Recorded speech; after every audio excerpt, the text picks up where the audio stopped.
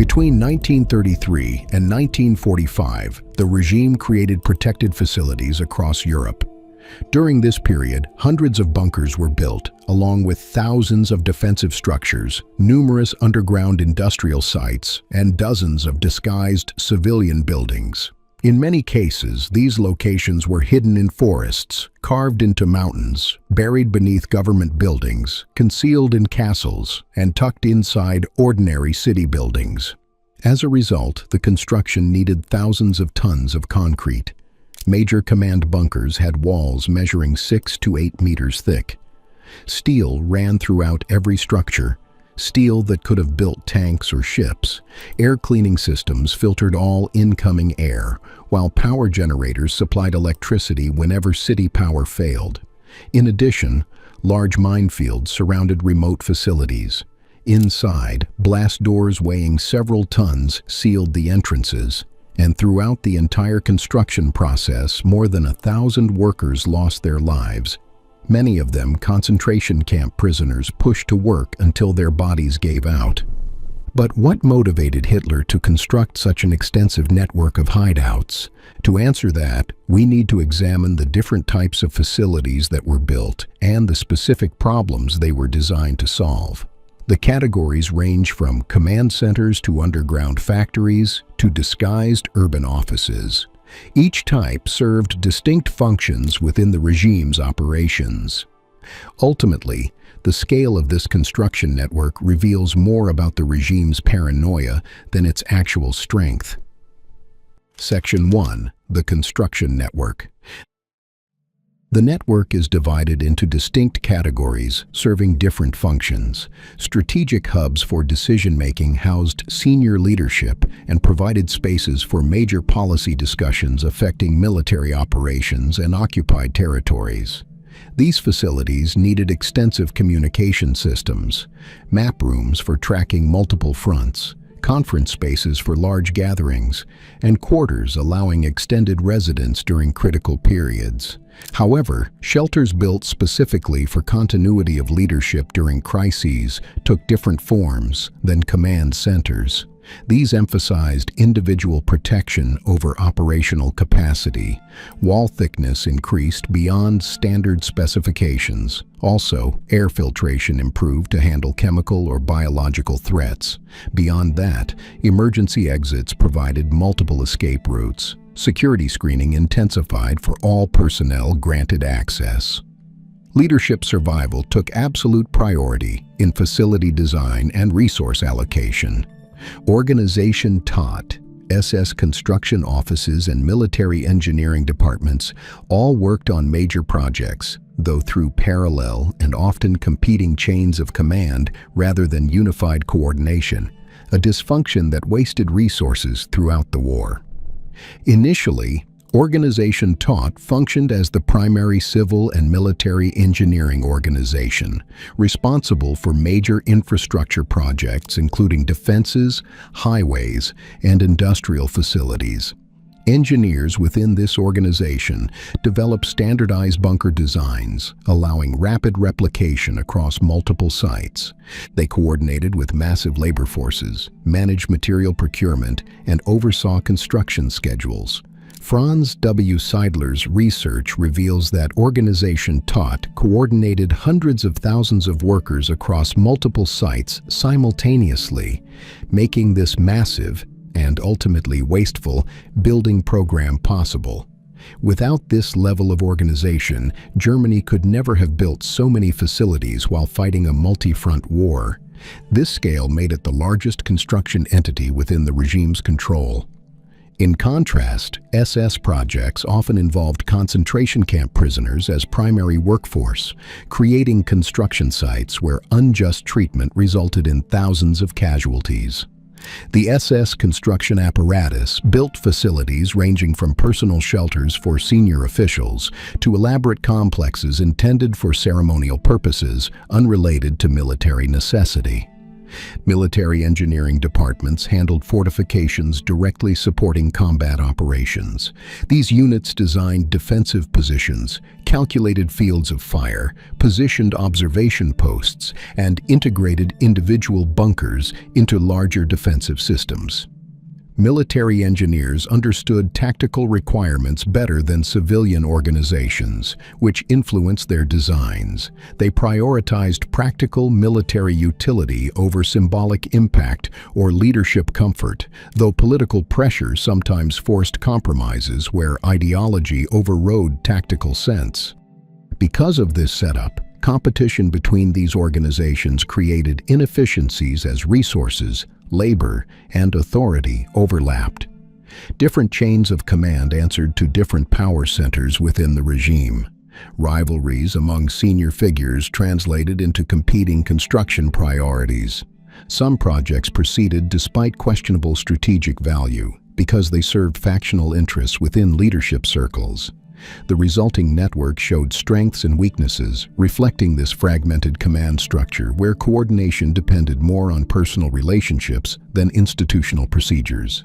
Financial costs are difficult to calculate, but records suggest billions spent while soldiers lacked ammunition and civilians faced starvation. In practice, budget allocation processes reflected these organizational competitions, with different agencies submitting funding requests to leadership figures who controlled resource distribution. Organization Tat requested funds for border defenses and infrastructure projects. SS construction offices sought allocations for their facilities serving security and ideological purposes. Military engineering departments needed resources for tactical defensive positions. In turn, leadership figures made allocation decisions based partly on legitimate strategic assessments and partly on political patronage favoring officials they personally trusted or owed favors. The budget process, therefore, combined rational planning with patronage systems characteristic of authoritarian regimes where personal loyalty mattered more than institutional competence. As a result, coordination failures resulted in duplicated efforts where multiple agencies built similar facilities in the same regions without knowledge of each other's activities. For example, urban areas sometimes contained multiple competing intelligence facilities operated by different organizations gathering similar information through redundant networks. Border regions received defensive installations from both military engineering and Organization Tat programs without adequate coordination. However, the duplication wasted resources, but also created accidental redundancy that sometimes proved valuable when one organization's facilities were destroyed or captured, while parallel installations remained operational. Furthermore, disputes about who was in charge erupted regularly as different organizations claimed authority over the same territories or functions. For instance, SS construction offices and military engineering departments both built defensive works in border regions with unclear boundaries between their respective responsibilities. At the same time, Organization Tat and private construction companies competed for contracts on major projects. On top of this, regional administrators clashed with central ministries about who controlled construction in their territories. These disputes consumed time and energy that could have been directed toward actual construction, creating delays and inefficiencies throughout the system. Personnel assignments reflected organizational politics as much as competence, with connections and factional loyalties influencing who received important project leadership positions. Overall, geographic spread reflected both strategic considerations and leadership preferences influencing site selection. For example, installations appeared in remote areas chosen for natural concealment and distance from enemy air bases. East Prussian forests offered thick tree cover and isolation from population centers. Mountain regions provided natural protection through elevation and difficult terrain. Border areas required defensive installations, creating obstacles for advancing forces. These remote sites followed military logic about defensive depth and protected command facilities. Florian M. Beyerl's book, History of the Eagle's Nest, shows how planners struggled to keep facilities hidden while maintaining communication with frontline forces. This tension created design challenges that shaped how every major facility was built. Conversely, urban installations served different purposes, requiring proximity to government, industry, and transportation infrastructure. For instance, major cities needed protected spaces for continuing civil administration during bombing campaigns. Communication centers coordinated multiple networks passing through urban hubs. Intelligence offices required access to populations under surveillance. Also, industrial facilities needed protected administrative spaces managing production schedules. Urban sites accepted vulnerability to bombing in exchange for access to resources and infrastructure concentrated in cities. Beyond domestic territory, the network extended beyond German borders into annexed territories and occupied areas under regime control. For example, facilities appeared throughout Austria after annexation in 1938. Czechoslovakia received installations following occupation. After that, Poland saw extensive construction after conquest. France hosted facilities in regions under direct administration. Belgium contained border defenses. Overall, each territorial expansion brought new construction projects establishing control and providing protected spaces for occupation authorities. As a result, the geographic scope grew with territorial conquest and contracted with military losses, creating a shifting network that expanded and collapsed following frontline movements. Temporally, chronological development shows how the system evolved from modest beginnings to desperate final efforts. Early installations between 1933 and 39 focused on basic government protection and border defenses. During this period, construction remained relatively modest with limited resource investment. At the time, confidence about Germany's position meant extensive fortifications seemed unnecessary. Standard government buildings with reinforced basements provided adequate protection for anticipated threats. During the middle period, construction from 1940 to 43 reflected growing fear as bombing campaigns intensified. More construction meant more desperation. Resource investment increased dramatically. Resources stolen from frontline troops. Wall thickness grew from meters to multiple meters. At the same time, underground spaces deepened beyond simple basements into purpose-built facilities, reaching significant depths. Meanwhile, labor forces expanded from thousands to tens of thousands at major sites. Standardized designs allowed rapid construction at multiple locations simultaneously. Overall, this period saw the most intense construction activity as Germany still controlled extensive territory and could access necessary resources. One category shows how thoroughly these facilities blended into everyday life, operating in plain sight while thousands walked past daily without suspicion. Later, final phase construction from 1943 to 45 showed desperation as Germany's situation collapsed. Projects became increasingly focused on immediate survival rather than long-term planning. For example, underground factories attempted to preserve industrial capacity after surface facilities were destroyed. Deepened command bunkers in Berlin prepared for siege conditions. At the same time, emergency shelters multiplied as cities faced sustained bombing. Despite this, construction continued even as resources grew scarce and front lines approached building sites. In fact, some projects remained incomplete when advancing Allied forces overran locations. Meanwhile, others finished just weeks before capture. In the end, the chronological pattern shows how construction of protected locations intensified precisely as territorial losses mounted and strategic circumstances deteriorated. Concurrently, material requirements strained Germany's economy as construction accelerated. Each major bunker consumed thousands of tons of concrete, requiring cement production, aggregate mining, and transportation to often remote sites. Steel reinforcement competed with armor plate production for tanks and ships. Specialized equipment like blast doors, ventilation systems, and generators required manufacturing capacity needed elsewhere. Fuel transported to construction sites could not simultaneously supply military units. Labor forces building bunkers were unavailable for weapons production or military service. As a result, the total resource diversion affected Germany's military capabilities measurably. Yet, leadership prioritized protective construction even when this weakened actual defensive strength. Workforce composition reflected regime priorities and available labor sources. German skilled workers handled specialized tasks requiring training: steel installation, electrical systems, precision concrete finishing, and equipment calibration. These workers received normal wages and worked under standard conditions. However, most heavy labor came from forced sources. Concentration camp prisoners provided the largest component of construction workforces at major projects. Prisoners of war supplemented camp labor at numerous sites.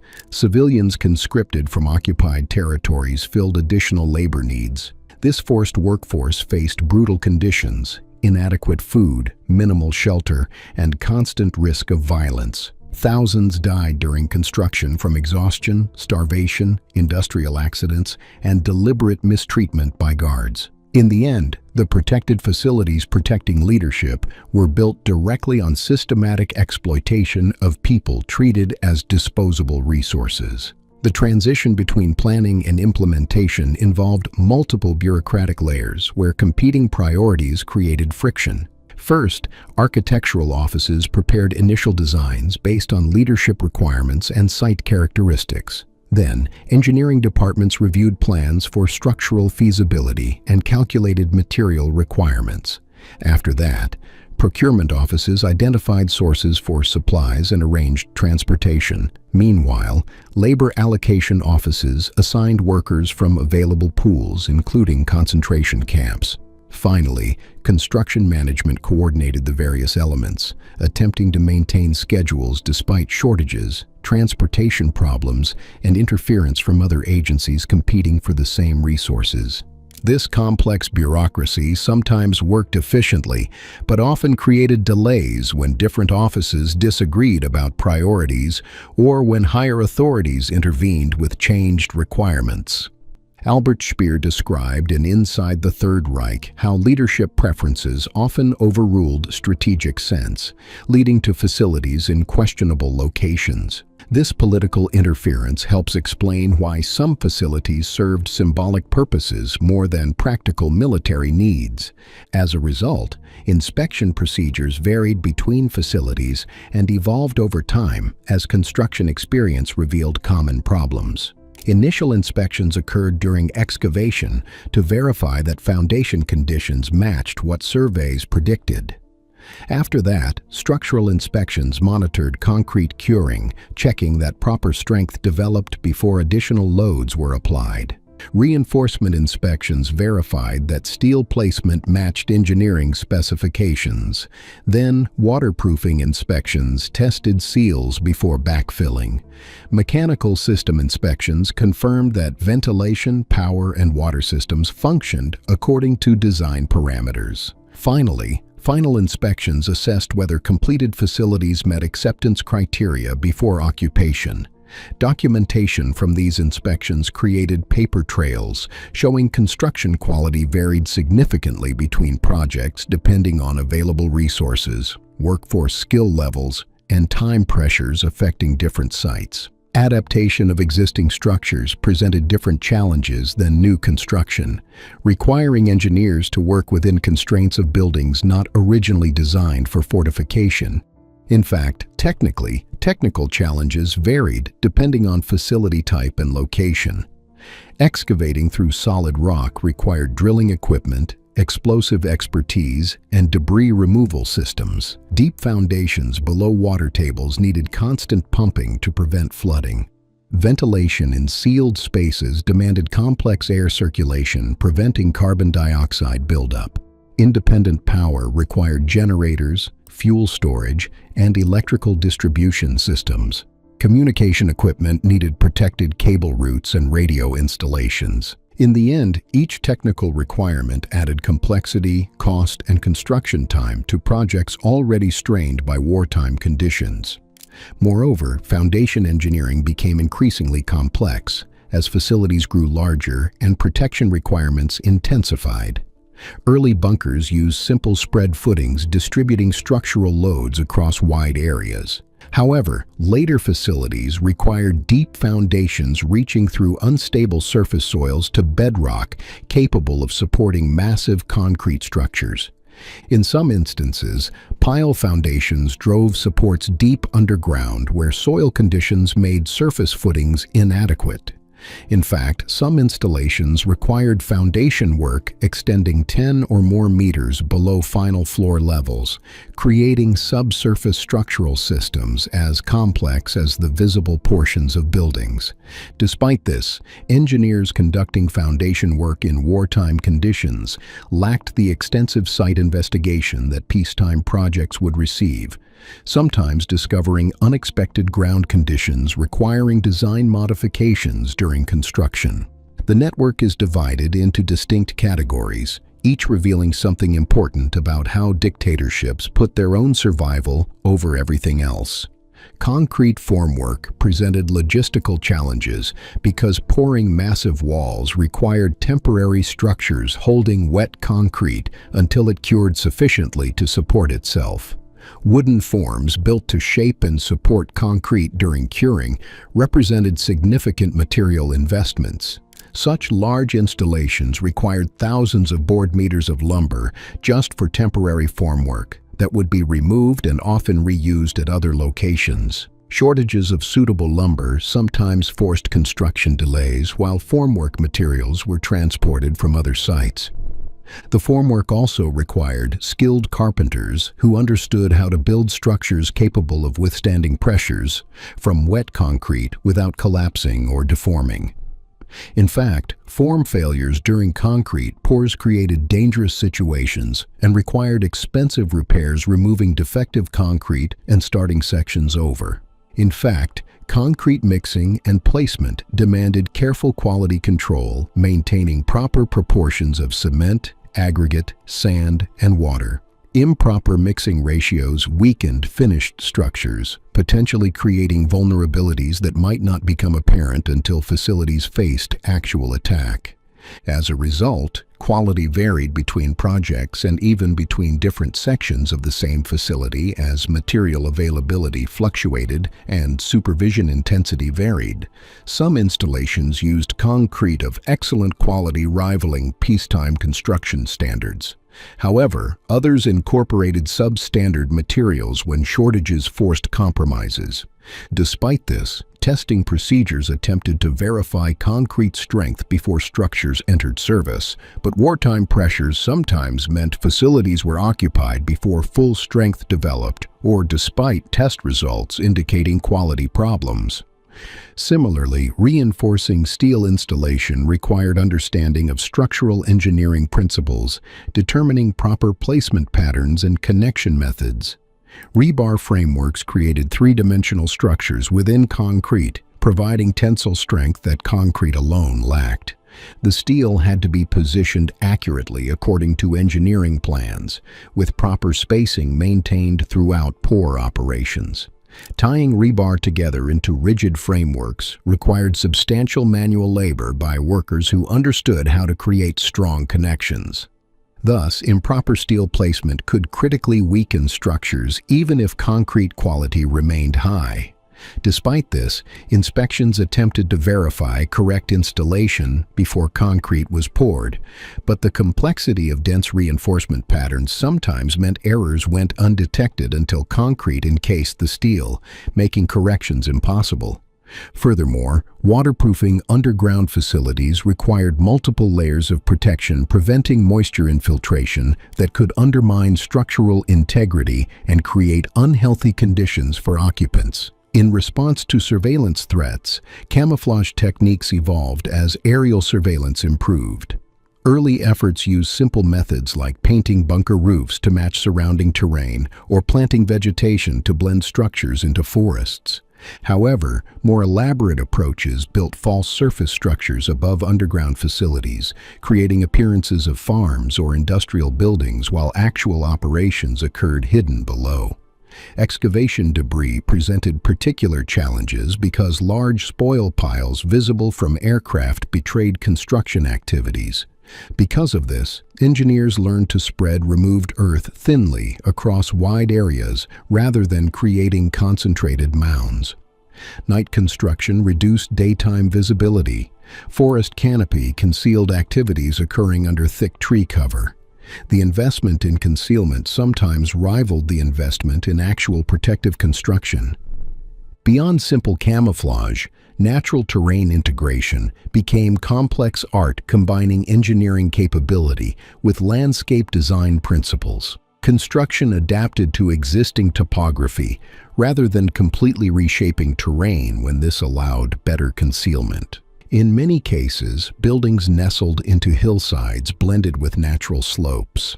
Bunker roofs matched surrounding ground levels. Entrance structures mimicked natural rock formations or agricultural buildings typical of regions. In addition, roads followed existing paths where possible rather than creating obviously new routes. In the end, these integration techniques required additional planning time and sometimes complicated construction, but they improved concealment effectiveness significantly compared to structures that appeared obviously artificial in aerial photographs. Temporally, seasonal adaptation of construction schedules recognized that certain types of work proceeded better during specific weather conditions. Concrete pouring worked best during moderate temperatures, avoiding both freeze risks in winter and excessive heat in summer. Similarly, excavation in wet climates proceeded more efficiently during dry seasons when groundwater levels dropped. Transportation of heavy materials required frozen ground conditions in some northern regions, where spring thaws created impassable mud. As a result, construction planning therefore incorporated seasonal factors, though military urgency sometimes forced work during unfavorable conditions when strategic requirements outweighed weather considerations. Regarding the workforce, living conditions for workers varied dramatically between skilled German employees and forced laborers from camps. German workers received housing in proper barracks with heating, adequate food, medical care, and reasonable working hours. In contrast, forced laborers occupied crowded temporary structures with minimal protection from weather, received starvation rations, lacked medical attention, and worked exhausting hours under constant threat of violence. This stark differential treatment reflected regime priorities valuing German lives while regarding prisoners as disposable resources to be consumed during construction, regardless of survival rates. Finally, the contrast created two entirely different experiences of the same construction sites, depending on worker status within the regime's racial and political hierarchies.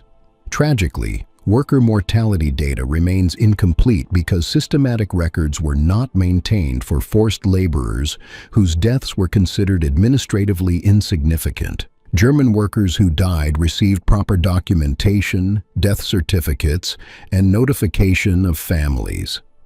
By contrast, forced laborers who died were sometimes simply noted as casualties in construction reports, or ignored entirely in official records. Meanwhile, mass graves near construction sites provide archaeological evidence of death tolls that written records do not capture. Survivor testimony fills some gaps, though memories from traumatic experiences cannot provide precise statistical data. The incomplete documentation itself shows how thoroughly the regime dehumanized forced workers, treating their deaths as unworthy of the basic record-keeping that marked other construction aspects. Organization Taught was the primary engineering group, yet its capabilities were constantly undermined by competing agencies refusing to coordinate. Security protocols protected construction sites and completed facilities from espionage and sabotage. Construction workers at many sites understood they built protective structures but lacked detailed knowledge about final purposes or future occupants. Similarly, contractors received specifications showing dimensions and structural requirements without explanatory context. This compartmentalization reduced how much any individual knew, but also created inefficiencies when workers could not understand how their tasks fit into larger projects. At the same time, security forces guarded construction perimeters, controlled access to restricted areas, and investigated any suspicious activities. Meanwhile, workers who caused problems or appeared unreliable faced harsh punishment or removal to concentration camps. In the end, the security apparatus surrounding construction created additional costs and complications, but remained essential given the strategic value of facilities being built. This foundation establishes the categories, organizations, geographic spread, and challenges that shape the protected facility network. However, understanding why this system developed requires examining the specific historical events and pressures that drove leadership toward isolation and fortification throughout the war years. Competition between groups created waste as resources, labor, and authority overlapped without clear chains of command to resolve disputes. Section 2. From Triumph to Terror. The political environment within German leadership encouraged private secure spaces through the internal rivalries that poisoned relationships at the highest levels. Competition for power among senior figures created suspicion and distrust extending even to close associates. To illustrate, party officials maneuvered against military commanders. SS leadership operated increasingly independently from regular government structures. Regional administrators clashed with central ministries. In addition, personal networks mattered more than institutional authority in many decisions. As a result, this atmosphere of mutual suspicion made leaders desire private refuges where they could operate without observation by rivals who might use information against them in political warfare for influence and resources. Peter Longerich documented how this SS rivalry with other agencies led to wasteful parallel building projects. Different groups used the same scarce materials and workers on competing facilities. Resources that could have strengthened actual defenses instead got spread across duplicate projects, serving factional interests rather than military needs. Indeed, Hitler's style of governance encouraged these rivalries by design rather than accident. He deliberately created overlapping authorities where multiple officials held responsibilities for similar functions, forcing them to compete for his approval. This competition prevented anyone from building up independent power bases that might threaten his supreme position. However, it also meant that coordination between different government branches often failed because officials refused to cooperate with rivals. Thus, protected facilities allowed individual leaders to maintain private spheres of control isolated from competitors. The resulting system resembled feudal power structures more than modern centralized government, with each major figure establishing personal domains, including secure headquarters serving as power bases. Militarily, defense strategies developed after rearmament programs began in the mid-1930s, reflecting Germany's departure from Versailles Treaty restrictions and renewed military development. The Versailles Treaty imposed after World War I severely limited Germany's military capabilities, restricting army size, prohibiting certain weapons, and demilitarizing border regions. By the mid-1930s, Germany openly violated these restrictions through rearmament programs, rebuilding military forces. Fortification construction formed part of this broader rearmament. The West Wall project along the French border began in 1936, employing hundreds of thousands of workers in what became the regime's first major defensive construction program. In the end, this massive project demonstrated organizational capacity while creating physical barriers, reinforcing diplomatic positions during negotiations with other powers. Early fortifications focused on border defense rather than leadership protection. The assumption held that future conflicts would resemble World War I, with relatively stable front lines and conventional warfare. As a result, protection meant defending German territory from invasion rather than sheltering leaders from specific assassination threats or strategic bombing. These early fortification concepts emphasized quantity over sophistication, building large numbers of relatively simple positions rather than smaller quantities of heavily protected structures. In addition, standard designs allowed rapid replication, but limited protection reflected threat assessments that would prove inadequate once warfare evolved beyond pre-war expectations. Tactically, construction methods for early fortifications drew on lessons from World War I trench warfare, but adapted them to modern requirements. Engineers designed bunkers with overlapping fields of fire, allowing defenders to support adjacent positions. At the same time, observation posts positioned to provide clear views across approaches gave early warning of attacks. Meanwhile, anti-tank obstacles channeled vehicle approaches into kill zones where defenders concentrated firepower. Minefields supplemented physical obstacles, creating multiple defensive layers. However, these fortifications showed understanding of defensive tactics, but reflected expectations about attack methods that technological developments would quickly render outdated. In fact, the rapid pace of military innovation during the late 1930s meant fortifications designed in 1936 were already becoming obsolete by 1939 when war began. Yet personnel training for bunker operations received less attention than construction itself, creating situations where excellent defensive positions were sometimes manned by inadequately prepared troops. Specialized bunker defense units understood defensive tactics and were familiar with the specific bunkers they occupied. Despite this, as the war progressed and casualties mounted, replacements often lacked this specialized training. Young conscripts who had never seen their assigned positions before arriving at the front struggled to use complex defensive installations effectively. As a result, this training deficit reduced the practical value of even well-designed fortifications when defenders could not fully exploit the advantages their positions provided. Beyond this, moreover, ammunition and supply requirements for sustained defensive operations were sometimes underestimated during planning phases. Fortified positions needed stockpiles supporting extended battles if supply lines were cut or disrupted. Still, planners calculated requirements based on expected combat intensities, but actual battles sometimes exceeded these assumptions. Defensive positions that ran out of ammunition became useless regardless of how strong their physical construction might be. Thus, supply issues therefore represented vulnerabilities that no amount of concrete could address, revealing limitations in defensive strategies that emphasized structural protection while underestimating logistical sustainability. Internationally, military observers studied German fortification efforts, drawing conclusions about intentions and capabilities that influenced their own nation's military preparations. Job assignments reflected politics as much as skill, with connections and loyalty mattering more than engineering ability or construction experience. International factors reshaped defense thinking as military technology advanced and international tensions increased.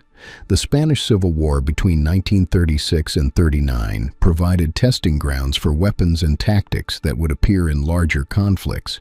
This became evident during the aerial bombing of Spanish cities, particularly Guernica in 1937, which demonstrated the destructive potential of aircraft on urban centers.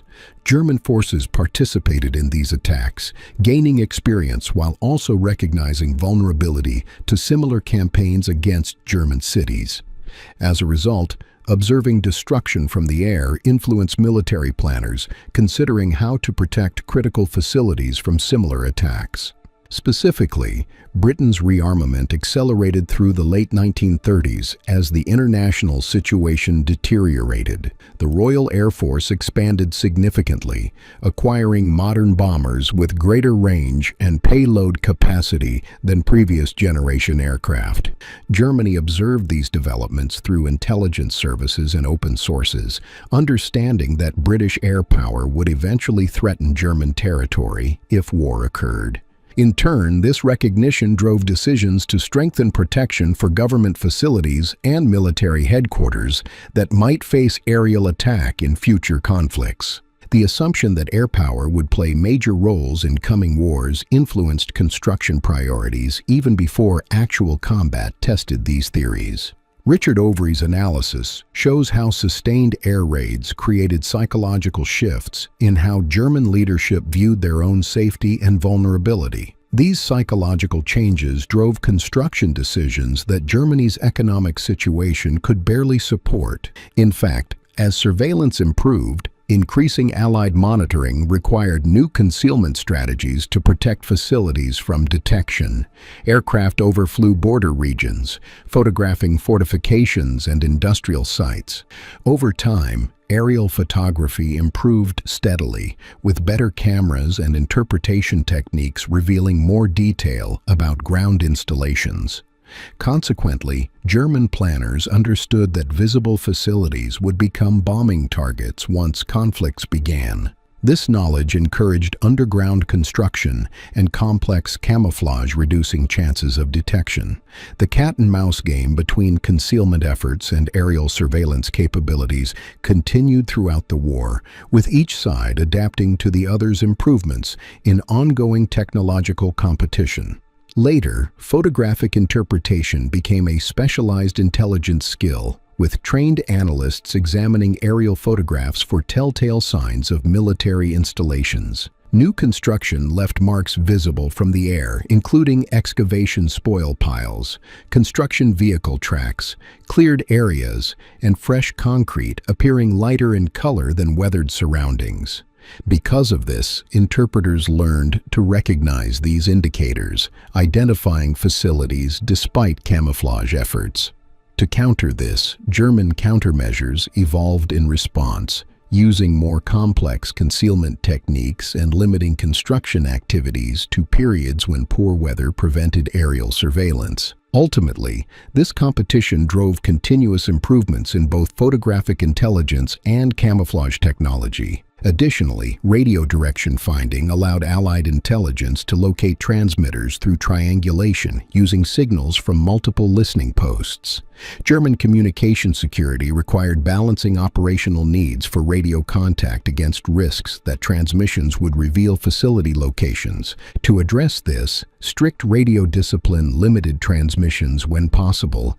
Mobile transmitters broadcast from locations away from actual command centers, creating false impressions about headquarters positions. Elaborate deception programs used dummy facilities with active radio stations, drawing attention away from genuine installations. Overall, these electronic warfare measures added complexity to communication operations while attempting to preserve operational security against increasingly capable enemy intelligence systems. Environmental factors also influenced both construction schedules and operational security, with seasonal variations affecting when work could proceed and when surveillance flights could detect activities. Operationally, pressures emerged as maintaining command and control systems became increasingly difficult, with front lines moving closer to Germany. Early war years saw rapid advances, creating extended front lines thousands of kilometers from command centers in Germany. To manage this, maintaining communication across such distances required reliable telegraph lines, radio networks, and courier systems connecting headquarters to field commanders. Initial successes in Poland, France, and early Soviet operations suggested these systems worked adequately. However, as the war continued and front lines stabilized or began contracting toward Germany, operational pressures mounted. In the east, Soviet resistance stiffened after initial German advances in 1941 failed to achieve knockout blows. Consequently, the front stabilized into grinding attrition warfare, consuming enormous resources while producing limited territorial gains. At the same time, German forces became overextended, with supply lines stretched thin and communication systems strained by distances involved. Eastern Front operations required constant communication between forward units and headquarters, making strategic decisions about resource allocation and operational priorities. Ultimately, the sheer scale of operations across thousands of kilometers of front created unprecedented coordination challenges. Organizationally, decentralization of decision-making led to multiple parallel headquarters as different military branches and government agencies established separate command facilities rather than combining into unified structures. The geographic spread reflected both strategy and personal preference, with some locations chosen more for ideology than military logic. The German military was divided into separate service branches with independent command structures. The Army, Navy, and Air Force each maintained separate headquarters, answering to different commanders. In theory, strategic coordination theoretically occurred through combined staff meetings, but in practice, each branch often pursued independent priorities reflecting institutional interests. This division created redundancy, requiring multiple protected command facilities for different services rather than single unified headquarters serving all branches. SS forces operated parallel to regular military structures with their own command hierarchy. SS divisions fought at the front under military operational control, but administrative authority remained with SS leadership rather than Army commanders. Because of this parallel structure required separate SS command facilities and communication networks. The division between military and SS forces complicated operational coordination while multiplying the number of protected facilities leadership deemed necessary for effective command across both structures simultaneously. Civil government administration continued alongside military command structures, requiring additional protected facilities for non-military governance. Occupied territories needed administration beyond military control. Economic planning required coordination separate from tactical military operations. Security services operated throughout German-controlled areas, conducting surveillance and suppression activities distinct from combat operations. Each of these parallel structures demanded protected command spaces and communication facilities, multiplying the total number of installations across the network beyond what unified command would have required. Leadership behaviors reinforced decentralization as senior figures established personal headquarters, reflecting their individual power and independence. Building private command facilities demonstrated status while providing operational independence from rivals. Furthermore, control over protected spaces translated into control over information flows and decision-making processes occurring within those spaces. The proliferation of parallel headquarters therefore reflected both practical coordination challenges and power dynamics among leadership competing for authority and resources within the regime's fractured command structure. Wartime escalation drove defensive architecture requirements to increase sharply after catastrophic damage in major industrial centers showed vulnerability to sustained bombing campaigns. Hamburg's devastation in July 1943 alarmed planners who had underestimated potential destruction from coordinated firebombing. The attack killed tens of thousands, destroyed vast industrial capacity, and demonstrated that even heavily built urban areas could not survive sustained assault from the air. Consequently, this stark lesson prompted immediate reassessment of protection requirements for facilities that absolutely had to continue functioning despite similar attacks. Other cities suffered similar destruction as bombing campaigns intensified through 1943 and 44. Cologne, Essen, Berlin, Munich, and numerous other urban centers faced repeated attacks destroying housing, industries, and infrastructure. Each major raid confirmed that surface structures offered inadequate protection regardless of construction quality. In turn, the cumulative effect of these attacks convinced planners that critical operations needed to move underground where bombing could not reach them. Ultimately, this realization drove the massive Überlagerung program, relocating industrial production beneath mountains and the construction of progressively deeper command bunkers in cities facing sustained aerial campaigns. The escalation affected not just physical structures, but also operational concepts about how warfare would be conducted. Pre-war assumptions about limited bombing gave way to recognition that total aerial warfare targeting entire cities had become reality. As a result, this shift required rethinking protection strategies across the entire system. Simple reinforcement of existing structures proved insufficient. Instead, new facilities required designs assuming direct hits from the most powerful weapons available. Over time, underground spaces became default options for critical facilities rather than exceptional measures for only the most important installations. Resource constraints grew more severe as escalation continued, but simultaneously drove more frantic construction efforts. Germany needed protective facilities precisely when resources to build them became increasingly scarce. Therefore, concrete production competed with other military needs. Steel grew harder to obtain as production declined under bombing.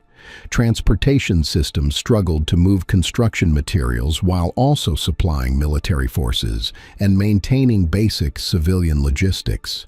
Yet construction continued and even accelerated because leadership believed protected facilities essential for continuing resistance. This contradiction between growing needs and shrinking resources created impossible pressures that construction organizations could not fully resolve. In fact, prioritization systems attempted to allocate scarce resources to the most critical projects, though political factors often influence priority determinations as much as military necessity. Leadership facilities received highest priority regardless of strategic value. At the same time, symbolic projects important to particular officials sometimes gained resources disproportionate to their actual utility. Meanwhile, border fortifications competed with underground factories for materials and labor. Urban command centers needed resources while military defensive positions went lacking. Throughout this process, committees and bureaucrats made allocation decisions balancing competing demands, but no perfect solution existed when total requirements far exceeded available resources. The prioritization process therefore involved difficult trade-offs, sacrificing some worthy projects to complete others deemed more essential.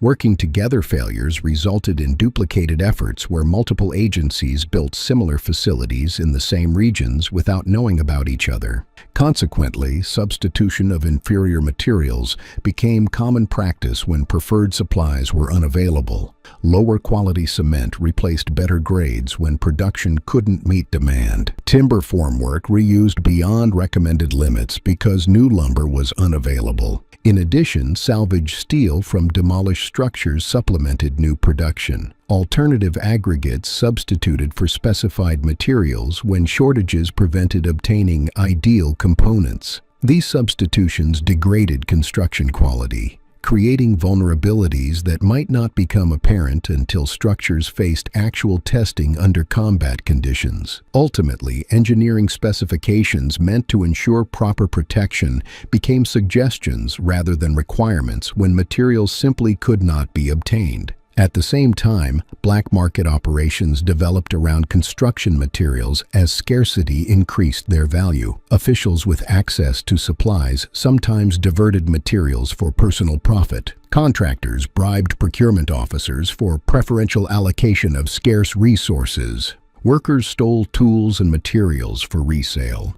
In turn, these corrupt practices siphoned resources from legitimate projects while enriching individuals, exploiting wartime chaos for personal gain. Despite efforts, anti-corruption efforts attempted to control these problems, but achieved limited success when systemic scarcity created strong economic incentives for illegal activities, and enforcement mechanisms were overwhelmed by the scale of violations. The historical context spanning political rivalries, rearmament strategies, international military developments, operational challenges, leadership behaviors, and bombing escalation created the environment where protected facilities multiplied across German-controlled territory. In the end, these forces combined to produce the specific facilities that became the regime's most important command centers during the war's final years. Early construction reflected confidence about Germany's future, showing power through massive border fortifications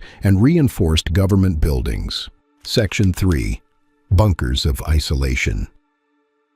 Among these major sites, Wolfschanze occupied a remote area in East Prussian forests as the primary headquarters for Eastern Front operations from 1941 through 1944. The facility was divided into several security zones with controlled movement protocols determining who could access different areas. For instance, Zone 1, the outer perimeter, extended several kilometers into surrounding forest with regular patrols and checkpoint controls on all approach roads. Next, Zone 2, the middle ring, required higher clearance levels and featured more intensive security screening. Finally, Zone 3, the inner zone surrounding leadership quarters and main conference buildings, permitted access only to the most trusted personnel with daily authorization that could be revoked at any time based on security assessments.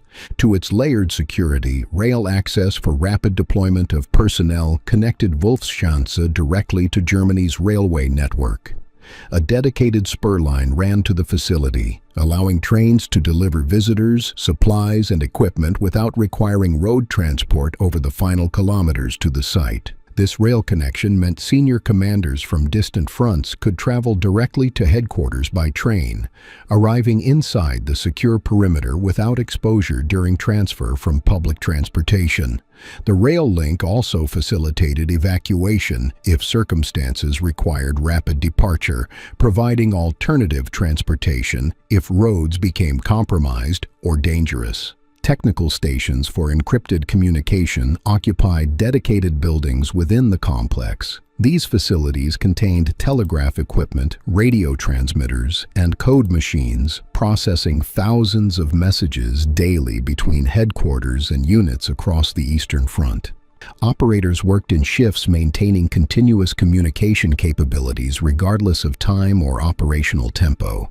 In fact, the technical sophistication of these stations rivaled major communication centers and permanent military installations, demonstrating the priority placed on maintaining reliable command contact with forward forces. In fact, private quarters for senior officers stationed on site provided living accommodations, allowing extended residence during critical operational periods without requiring departure from the protected zone. Permanent staff lived on site for months at a time, creating a resident population serving the headquarters on a continuous basis. These officers maintained quarters considerably more comfortable than field conditions, but still austere by peacetime standards. The accommodations reflected military functionality rather than luxury, with emphasis on adequate rest and workspace rather than comfort. Living on site meant officers remained available for urgent consultations or crisis response at any hour, creating an isolated community focused entirely on Eastern Front operations with minimal contact with normal civilian life. Furthermore, medical facilities within Wolfschanze provided basic health care for the resident population and visiting personnel. A small hospital treated routine illnesses and minor injuries that would otherwise require evacuation to civilian hospitals hours away. Medical staff included doctors, nurses, and orderlies maintaining capabilities for emergency surgery if serious injuries occurred. Pharmacy supplies supported ongoing treatments for chronic conditions affecting staff members who could not be evacuated for extended medical care. As a result, the medical facilities ensured that routine health issues did not require personnel to leave the secure complex, maintaining operational security while providing necessary care. Even so, limitations meant serious medical emergencies still required evacuation, but the on-site capabilities handled most situations arising during normal operations.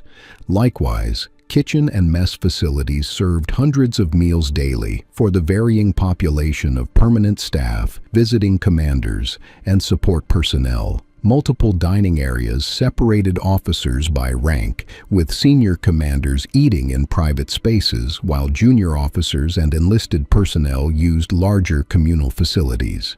Food quality exceeded standard military rations, particularly for senior ranks, though wartime shortages affected even privileged facilities as the conflict continued.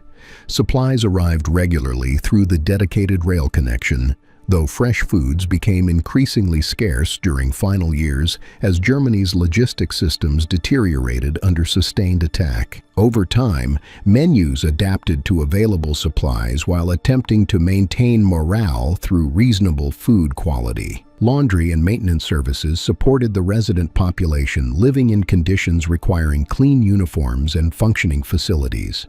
Laundry facilities processed clothing for hundreds of personnel with industrial equipment handling the volume. At the same time, maintenance crews kept buildings, utilities, and equipment functioning despite the demanding environment. Heating systems required constant attention during harsh East Prussian winters. Power generation equipment needed regular servicing to ensure reliable electricity. Water treatment maintained sanitary conditions. These support functions employed dozens of workers whose contributions enabled command operations to continue without interruption from basic infrastructure failures. Recreation opportunities remained limited by the isolated location and security requirements restricting movement outside the complex. A small library offered reading materials approved by censors. Occasionally, film screenings provided occasional entertainment when projectors and films were available. In addition, some officers maintained personal hobbies, including photography within permitted areas.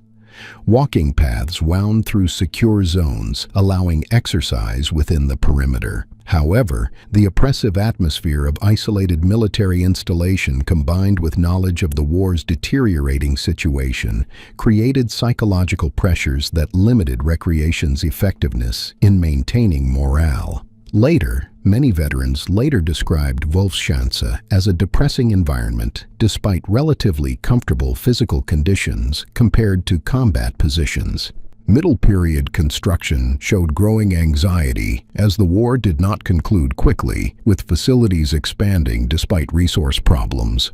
Visiting commanders occupied temporary quarters during their stays for conferences or briefings. These spaces served rotating occupants who arrived for specific purposes, then returned to their field commands. As a result, the rotation of visitors meant Wolfschanze functioned both as permanent headquarters for corps staff and as temporary destination for the broader military leadership community across the Eastern Front. In turn, this dual function required extensive support facilities, including mess halls, meeting spaces, and administrative offices serving both permanent residents and short-term visitors simultaneously. Rolf Dieter Miller's work describes how this isolated forest complex evolved into a sealed environment where military decisions lost touch with battlefield realities. The very isolation meant to protect leadership instead created a dangerous distance from frontline conditions. The Führerbunker integrated into a larger government complex that housed administrative offices and war planning rooms extending beyond the underground shelter itself. The facility existed as a component within the broader Reich Chancellery compound, spanning multiple buildings and underground connections. Nearby, government ministries maintained offices in adjacent structures, allowing civil administration to continue alongside military command functions. Meanwhile, war planning rooms occupied spaces above the bunker proper, where staff officers prepared situation assessments and drafted operational plans during periods when immediate protection underground was unnecessary. James P. O'Donnell's book, The Bunker, provides the most detailed account, compiled from survivor interviews and physical examination within months of capture. Without this early investigation, critical details about the facility's final days would have been lost forever as survivors scattered and memories faded. Overall, this integration created a vertical government structure where administrative layers occupied different physical levels based on security requirements and protection needs. Routine paperwork occurred in surface offices during quiet periods. During heightened alerts, important meetings convened in reinforced spaces during elevated threats. Then, critical operations retreated to the deepest underground levels during direct attacks. The system allowed government function to continue by shifting between these levels as circumstances demanded, maintaining operational continuity despite bombing that would have paralyzed any system dependent on single-level facilities. In terms of structural protection, reinforced ceilings designed to withstand heavy aerial munitions went beyond standard concrete thickness found in surface structures. Engineers calculated stress loads from the most powerful bombs in Allied inventories, then designed ceilings capable of surviving direct hits from these weapons. Specifically, multiple layers of reinforced concrete alternated with air gaps, creating composite structures that distributed impact forces across larger areas rather than concentrating them at single points. This design absorbed explosive energy that would have penetrated solid concrete of comparable total thickness.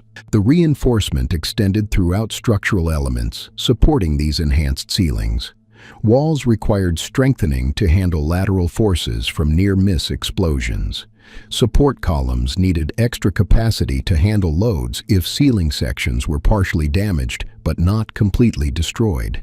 Similarly, floor structures had to support weight from collapsed materials if upper levels suffered damage. The entire structural system worked together as integrated protection rather than relying solely on individual reinforced elements. Constructed with emergency escape corridors connected to adjacent buildings, provided multiple exit routes if primary entrances became blocked or compromised. These alternate passages ran through the surrounding government complex, creating networks of protected pathways allowing movement between different buildings without exposure to surface conditions. For instance, during bombing raids, personnel could shift between structures using these tunnels, seeking undamaged exits if their current location suffered hits blocking normal access routes. The emergency corridors served additional functions beyond pure escape routes. They allowed secure movement between different government offices without exposure to observation or weather. They created protected communication routes where couriers could move between departments carrying classified materials without surface transport. They provided alternative access for essential supplies if normal delivery routes were interrupted. The corridors therefore functioned as both emergency systems and everyday logistics networks integrated throughout the larger government complex. In fact, it contained storage areas for documents and command materials accumulated throughout military operations across multiple fronts. Maps required secure storage when not actively in use during planning sessions. Intelligence reports needed organized filing, allowing rapid retrieval when information became relevant to developing situations. Orders issued to field units required copies for reference if questions arose about specific directives. Personnel files on officers required protection and accessibility for assignment decisions. Equipment inventories, supply reports, casualty records, and countless other documents supporting military operations demanded protected storage accessible to staff officers requiring information for daily work. Over time, document security became increasingly important as the war continued and the volume of classified materials grew rapidly. Final phase construction from 1943 to 45 showed pure desperation as Germany's position collapsed beyond any hope of recovery. Paper accumulated faster than storage capacity could expand, creating organizational challenges managing the sheer quantity of documents generated by total war. Filing systems required constant updating and reorganization as operational priorities shifted. As a result, staff dedicated to document management worked continuously maintaining order in the growing archives. The storage areas within the bunker and connected facilities therefore, represented not just physical space, but also complex information management systems essential for effective command of forces spread across vast territories. To maintain internal control, security protocols for document handling specified who could access different classification levels, how material should be stored when not in use, and procedures for destroying sensitive papers if capture became imminent. Guards monitored document storage areas, verifying that only authorized personnel entered. Sign-out systems tracked which officers had specific documents at any time. Secure destruction procedures used incinerators or shredders, though the volume of paper sometimes overwhelmed destruction capabilities when urgent evacuation became necessary. In the end, the documentary security system attempted to prevent intelligence from falling into enemy hands while maintaining accessibility for legitimate operational needs, a balance that became increasingly difficult as circumstances deteriorated. At the same time, communication with the outside world depended entirely on technical systems connecting the isolated underground facility to broader network.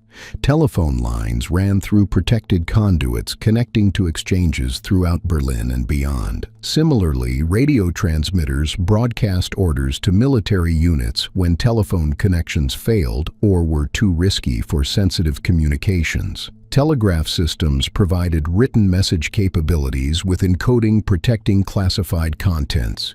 Courier services supplemented electronic communications, with messengers carrying documents between the bunker and other government offices throughout the city. Together, this multi-layered communication network created redundancy, ensuring contact could continue even when individual systems failed, though the general deterioration of Berlin's infrastructure progressively degraded overall communication capabilities during the final months. Personnel assignments rotated between the bunker and other duties as circumstances required different specialists at various times. Military officers came and went, depending on operational requirements and whether their expertise was needed at headquarters or in field positions. During bombing raids, civil administrators maintained offices in the bunker complex when bombing made surface work impossible. Meanwhile, guards rotated through shifts maintaining continuous security. Support staff, including clerks, telephone operators, and maintenance workers, provided services enabling command operations to continue. Eventually, the rotating personnel created a fluid population where some individuals remained for extended periods, while others stayed only days or weeks before moving to different assignments. The Eagle's Nest was positioned to function as a high-altitude meeting point for diplomatic meetings involving foreign officials visiting Germany. The dramatic mountain setting impressed visitors, while the remote location provided privacy for sensitive discussions away from diplomatic community observation in Berlin. The facility allowed informal conversations outside normal government protocols, while simultaneously showcasing German engineering capabilities through the elaborate construction itself. Foreign dignitaries who made the journey to this remote alpine location experienced both hospitality and subtle intimidation from the significant effort required merely to access the facility. In fact, weather station equipment monitored mountain conditions, providing data used for aviation safety, military planning, and general meteorological research. The high-altitude location offered valuable observation points for atmospheric conditions at elevations where most German territory lacked permanent installations. Meteorologists staffed the weather station recording temperature, barometric pressure, wind speed, precipitation, and visibility data. In turn, this information supported flight operations in the region, provided forecasting data for military purposes, and contributed to broader understanding of alpine weather patterns. Therefore, the weather station served practical purposes beyond the facility's primary diplomatic and symbolic functions. Scientific research conducted at the facility included high-altitude physiology studies examining how humans adapted to reduced oxygen levels. Medical researchers used the location to study altitude effects on physical and cognitive performance, gathering data relevant to aviation medicine and military operations in mountainous terrain.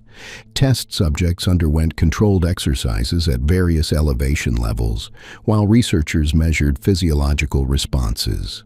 The research contributed to understanding about altitude acclimatization, oxygen requirements, and performance limitations affecting military operations conducted at high elevations throughout occupied territories in mountainous regions. Communication systems at the Eagle's Nest required special engineering addressing challenges of maintaining reliable contact from an isolated mountaintop location, subject to severe weather interfering with radio transmission. Telephone lines ran through the access tunnel and down the mountain road to connect with regional networks. At the same time, radio systems provided backup communications when telephone lines failed during storms. Emergency signaling equipment allowed contact during catastrophic system failures. The redundant communication systems ensured the facility could maintain contact with lower elevation government offices and military commands, regardless of weather conditions disrupting individual communication methods.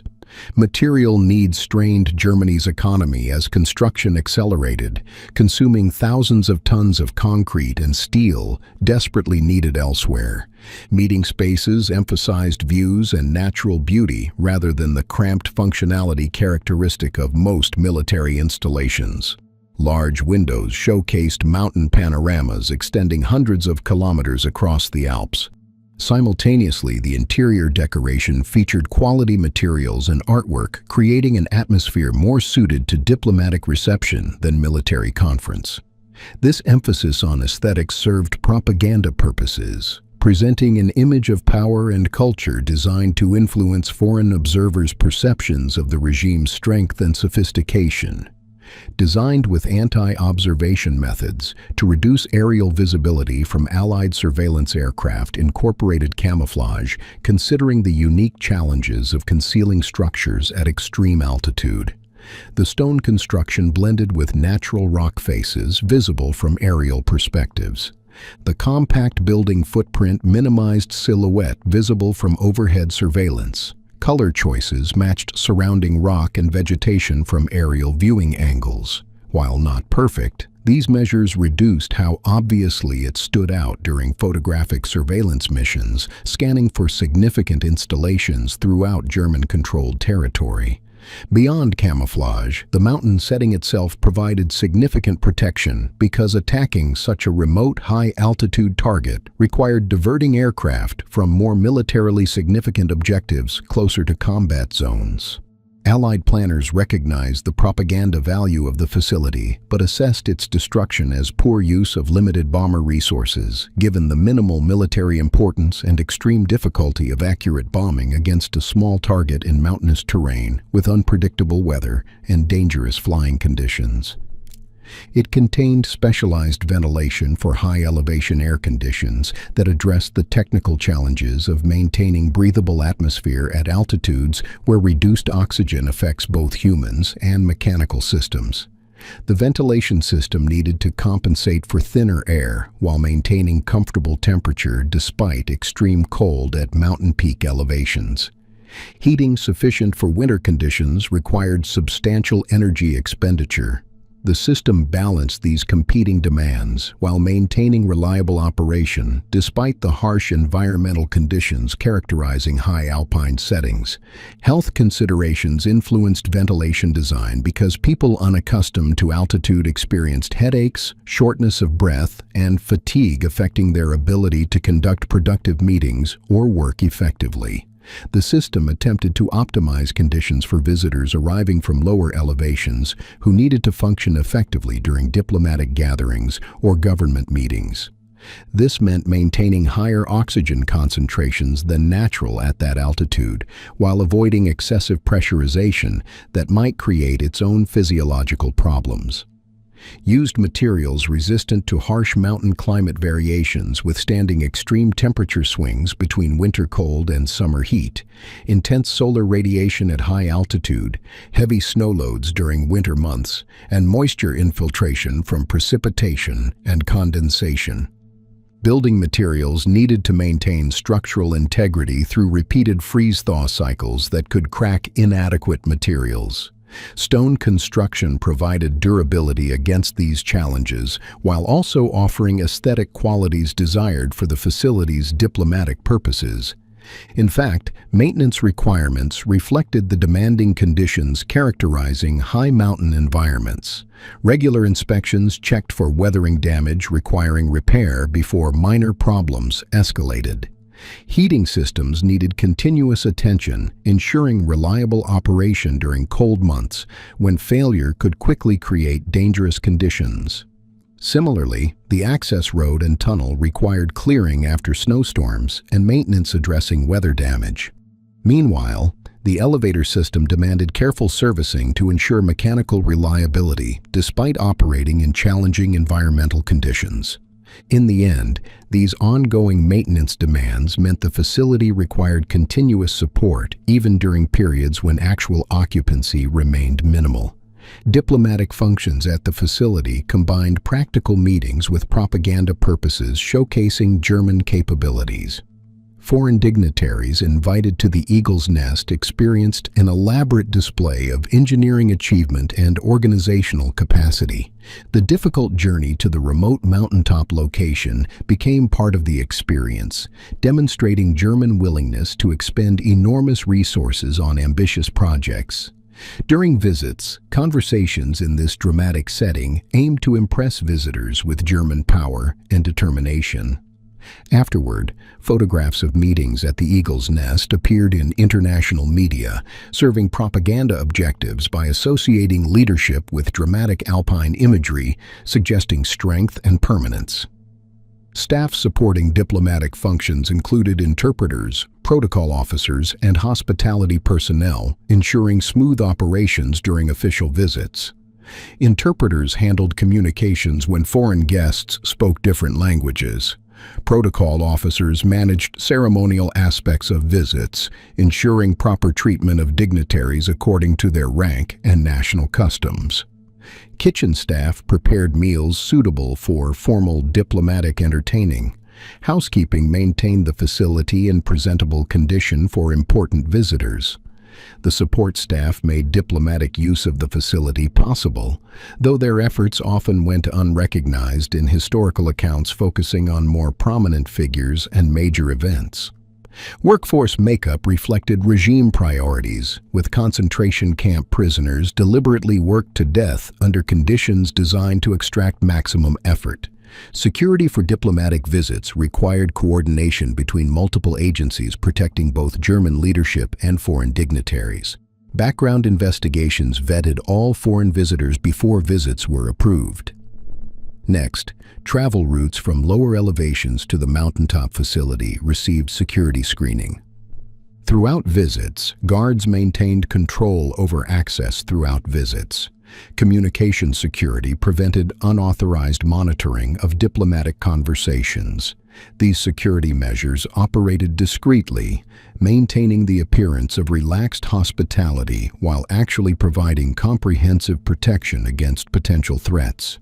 In the end, the balance between security and diplomatic atmosphere required careful management, ensuring safety without creating an obvious military atmosphere that might offend guests or undermine the intended impression of confident strength. Limited actual use of the facility for its intended diplomatic purposes raised questions about whether the enormous investment was justified by results achieved. The infrequent visits meant the facility sat unused most of the time despite continuous maintenance requirements. Hans-Günter Klein's research on Obersalzberg confirms this pattern of wasted resources. The Führer visited fewer than 15 times total, yet the expensive facility appeared constantly in propaganda photos, projecting strength to the German public. This massive investment served image rather than military value, showing how ideological priorities trumped practical needs throughout the construction program. Alternative locations could have served diplomatic purposes at far lower costs. However, propaganda value and personal prestige associated with the facility justified the expenditure in leadership calculations, even when objective analysis would suggest the resources were wasted. Ultimately, this pattern of valuing symbolic impact over practical utility characterized numerous regime projects where ideological or personal factors outweighed rational cost-benefit assessments. These three major command sites represented the regime's most significant protected headquarters facilities during the war years. However, they formed only part of a much larger network, including underground production sites, symbolic installations, and urban facilities serving different purposes within the overall strategic system. Inspection methods varied wildly between facilities, with some receiving detailed oversight while others operated with minimal supervision where quality suffered badly. Section 4. Factories beneath mountains. Within this system, the Überlagerung program's underground factories contained rail spurs inside tunnels for material transport, allowing trains to deliver raw materials directly to production chambers without requiring extensive surface handling. These internal rail lines reduced exposure to aerial observation while providing efficient logistics for moving heavy materials and completed weapons. The rail systems extended into mountain tunnels, with tracks laid on level gallery floors allowing standard rolling stock to access underground assembly areas. In addition, sidings permitted multiple trains to operate simultaneously, with some delivering incoming materials while others loaded completed products for shipment to military units. As a result, integration of rail transport directly into production spaces eliminated bottlenecks that would have occurred if materials required transfer from surface rail terminals into underground facilities through other means. Direct rail access meant efficiency approaching surface factories despite the unusual location. Ultimately, heavy machinery, large weapons components, and bulk materials could move by train to positions immediately adjacent to where they would be used in production. This integration represented complex logistics planning, adapting normal industrial operations to unconventional underground settings. At the technical level, specialized lighting systems designed for low-oxygen tunnel environments addressed the challenge that standard combustion-based lighting could not operate effectively in sealed spaces with limited oxygen. Early tunnel systems attempted using oil lamps or gas lighting, but discovered these created dangerous carbon dioxide buildup while consuming oxygen needed by workers. Electric lighting solved this problem, while also providing better illumination quality for precision manufacturing tasks. However, the electrical systems required substantial power generation capacity to illuminate extensive tunnel networks where no natural light penetrated. Lighting placement reflected specific production requirements at different work areas. Assembly lines needed bright, even illumination, minimizing shadows that could hide defects or make precision work difficult. Inspection stations required especially intense lighting, allowing quality control personnel to identify problems with manufactured components. By contrast, storage areas received less intensive illumination sufficient for material handling without wasting power on continuously lit spaces that workers only entered occasionally. The lighting design balanced these varying requirements while managing overall power consumption in systems, depending entirely on diesel generators isolated from external electrical grids. Included underground administrative offices to manage production cycles, housing supervisors, engineers, and production coordinators directing the daily operations of underground manufacturing facilities. These offices occupied chambers adjacent to production areas, allowing administrators to oversee operations while remaining protected within the underground complex. Production managers tracked output against quotas, investigating reasons for shortfalls and addressing bottlenecks slowing manufacturing. At the same time, engineers solved technical problems affecting equipment or production processes, modifying systems as needed to improve efficiency or reliability. Meanwhile, quality control supervisors reviewed inspection reports and made decisions about accepting or rejecting completed units. Therefore, the administrative functions continued within protected spaces, just as production itself occurred underground. Record-keeping presented special challenges in humid underground environments where paper documents deteriorated rapidly without special storage. Administrative offices needed climate control, protecting files from moisture damage while maintaining comfortable working conditions for clerical staff handling paperwork. Typewriters, filing cabinets, calculating machines, and other office equipment required adaptation to underground conditions. The offices represented attempts to replicate normal factory administration in decidedly abnormal physical environments deep beneath the surface. To logistics and lighting, it featured controlled temperature and humidity zones for certain armaments, requiring specific environmental conditions for proper assembly and storage. Some explosives and propellants are sensitive to temperature variations that could affect their stability or performance.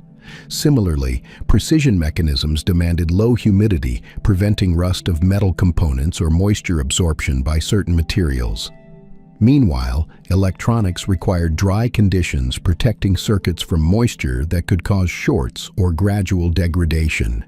As a result, creating these controlled zones within mountain tunnels required complex environmental systems, isolating specific areas from the generally damp, cold conditions characterizing most underground spaces.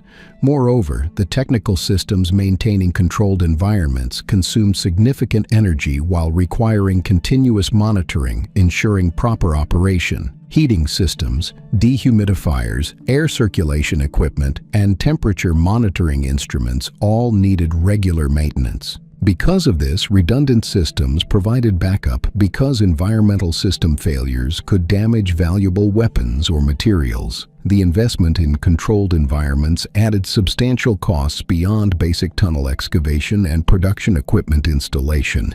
But military requirements for certain weapons demanded these specialized conditions regardless of difficulty creating them underground.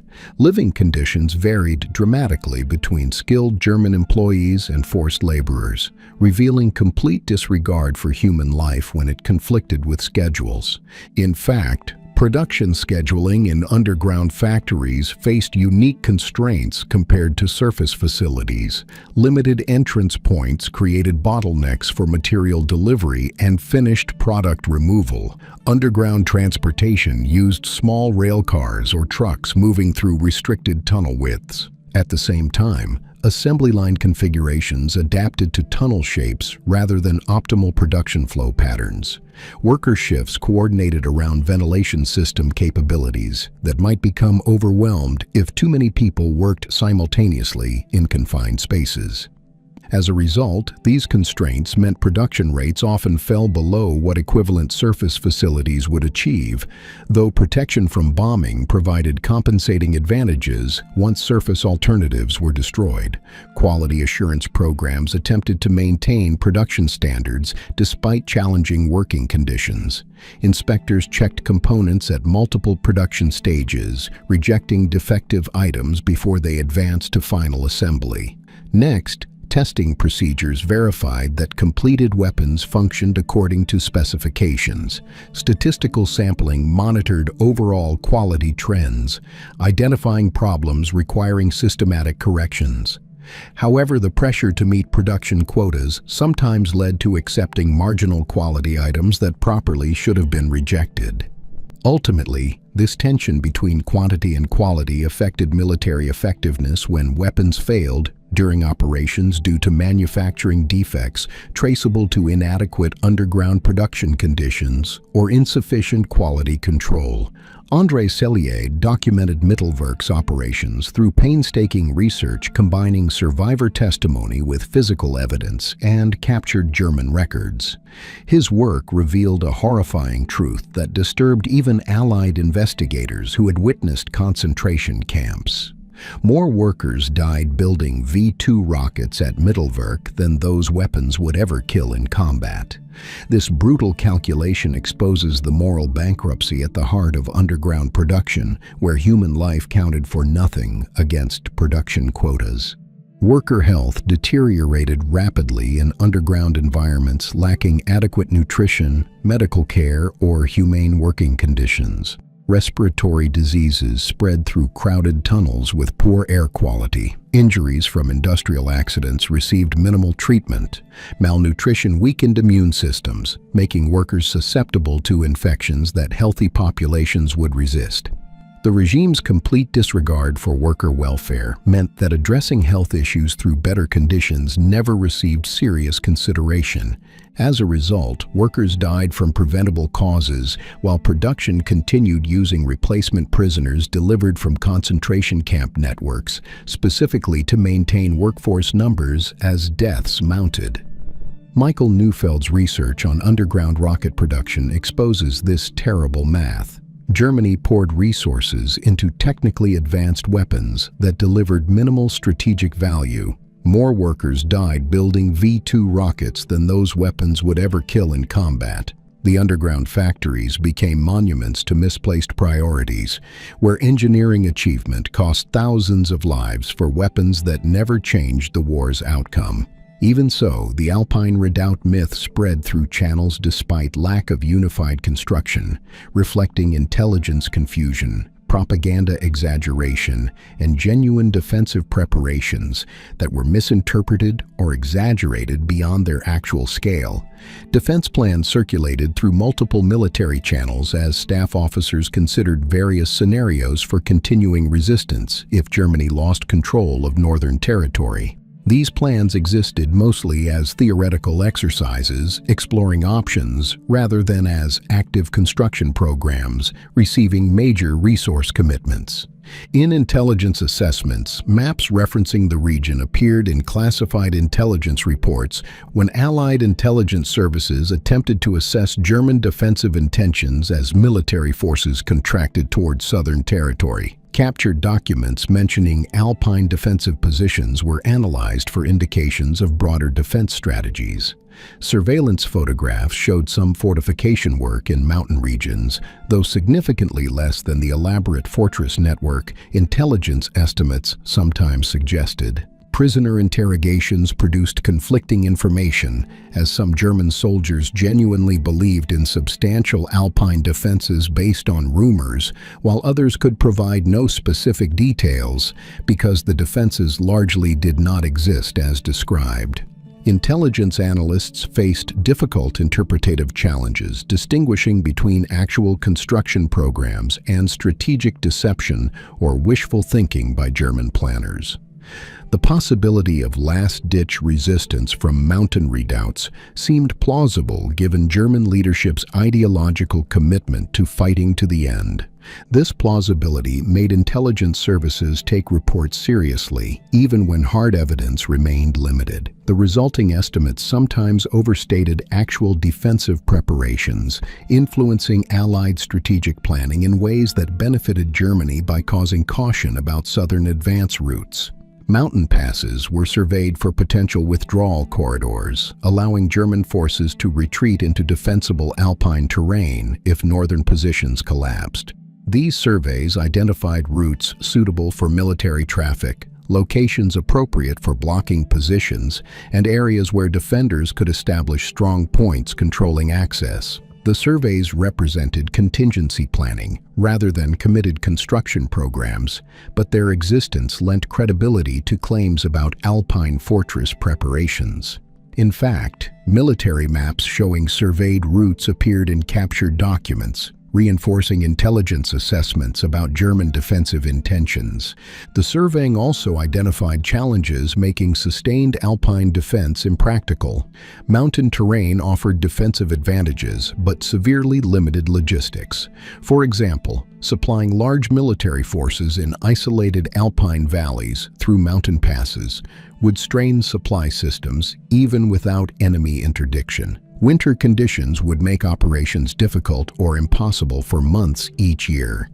The surveys therefore revealed both potential advantages and severe limitations of Alpine defensive positions, though intelligence analysis sometimes emphasized advantages while underestimating logistical constraints.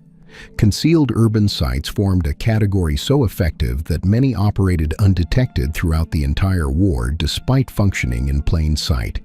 However, supply depots in isolated valleys contributed to the myth's persistence by providing tangible evidence that Germans prepared for sustained operations in mountain regions. These depots stored ammunition, food, fuel, and medical supplies sufficient for weeks or months of continued operations.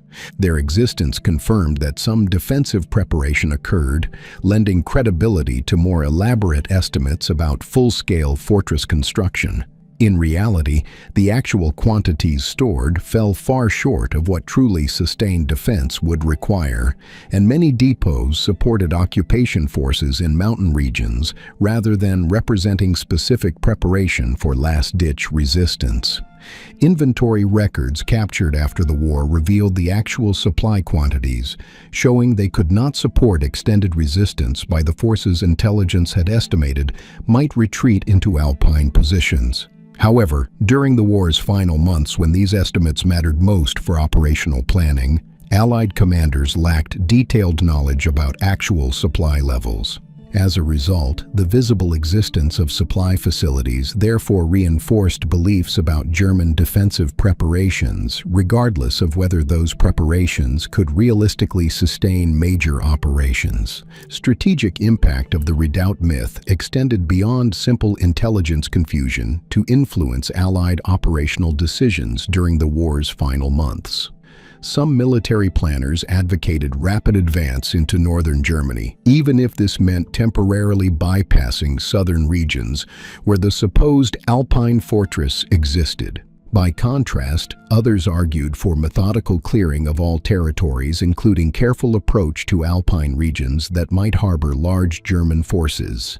These debates consumed leadership attention and planning resources during critical periods when decisions about force deployments affected how quickly the war would conclude.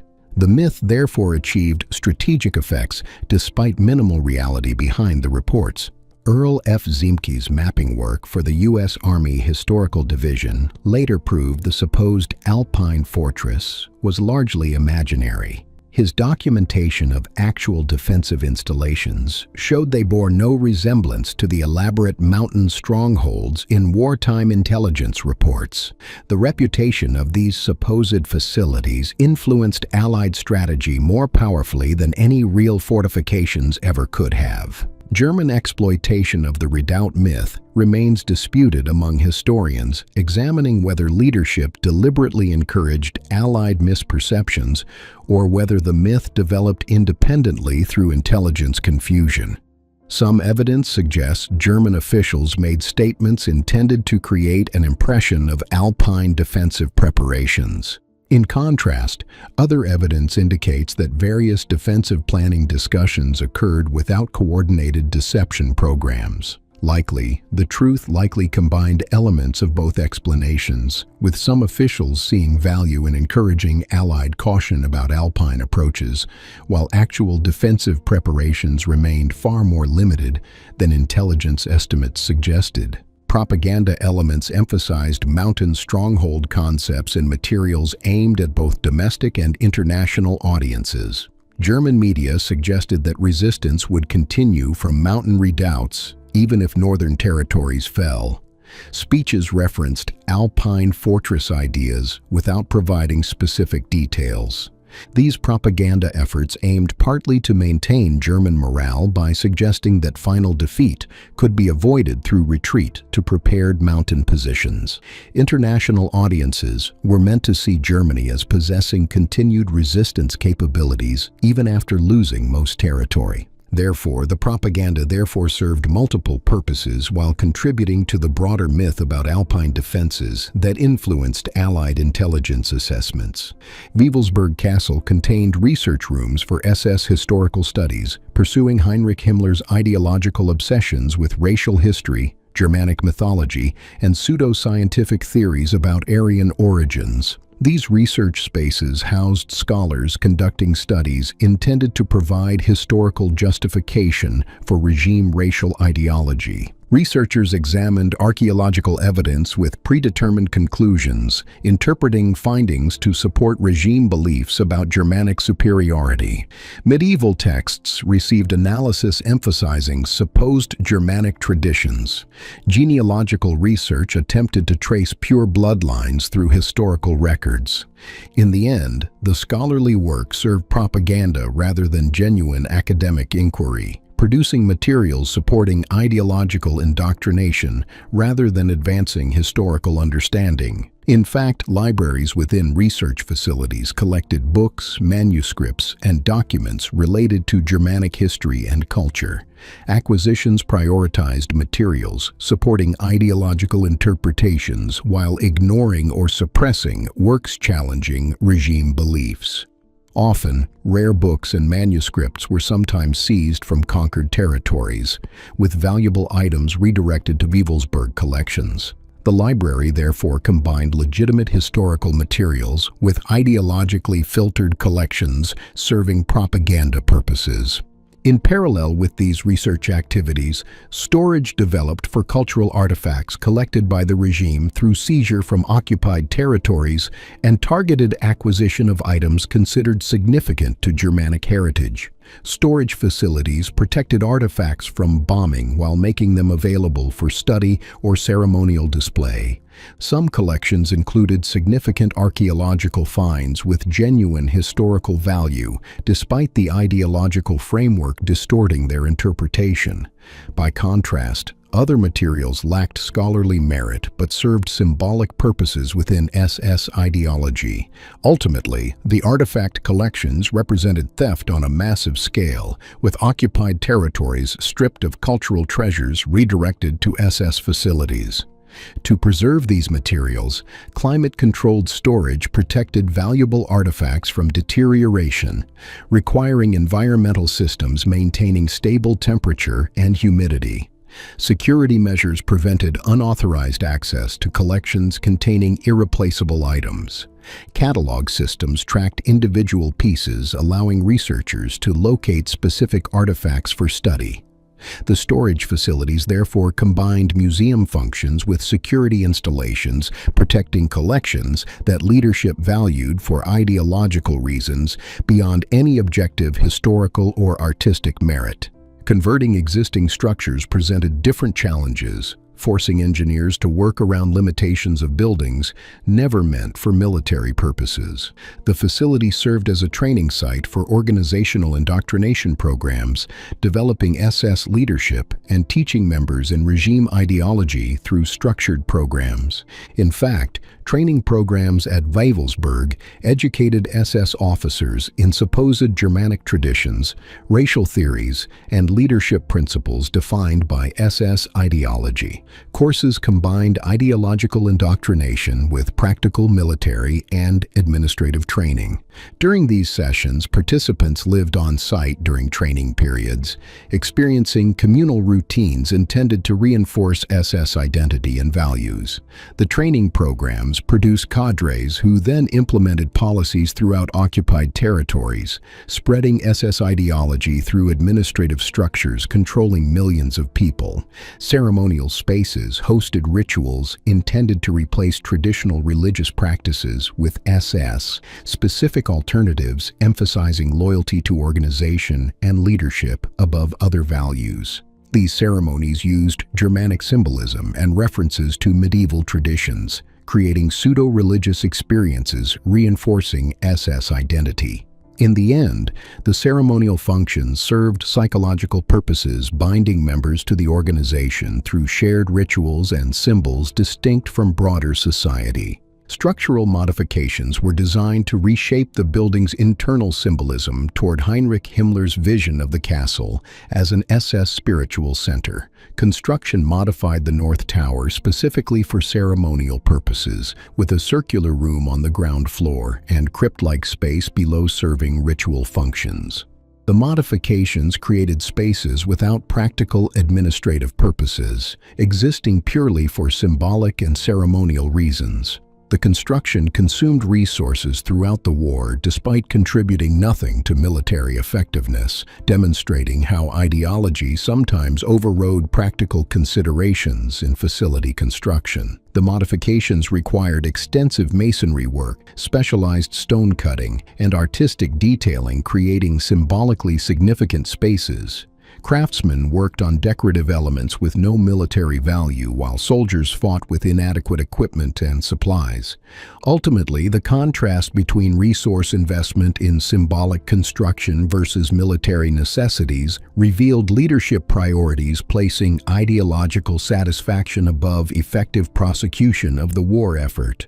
Urban facilities operated with concealed message drop points, used by intelligence units coordinating surveillance and counterintelligence operations. These drops allowed agents to pass information without direct contact that might expose their connections to security services. Dead drops used locations like hollows in walls, spaces behind loose stones, or containers hidden in public areas where one agent could deposit materials for retrieval by another without requiring simultaneous presence. The system allowed intelligence networks to function despite Allied counterintelligence efforts attempting to identify and neutralize German intelligence operations in occupied territories.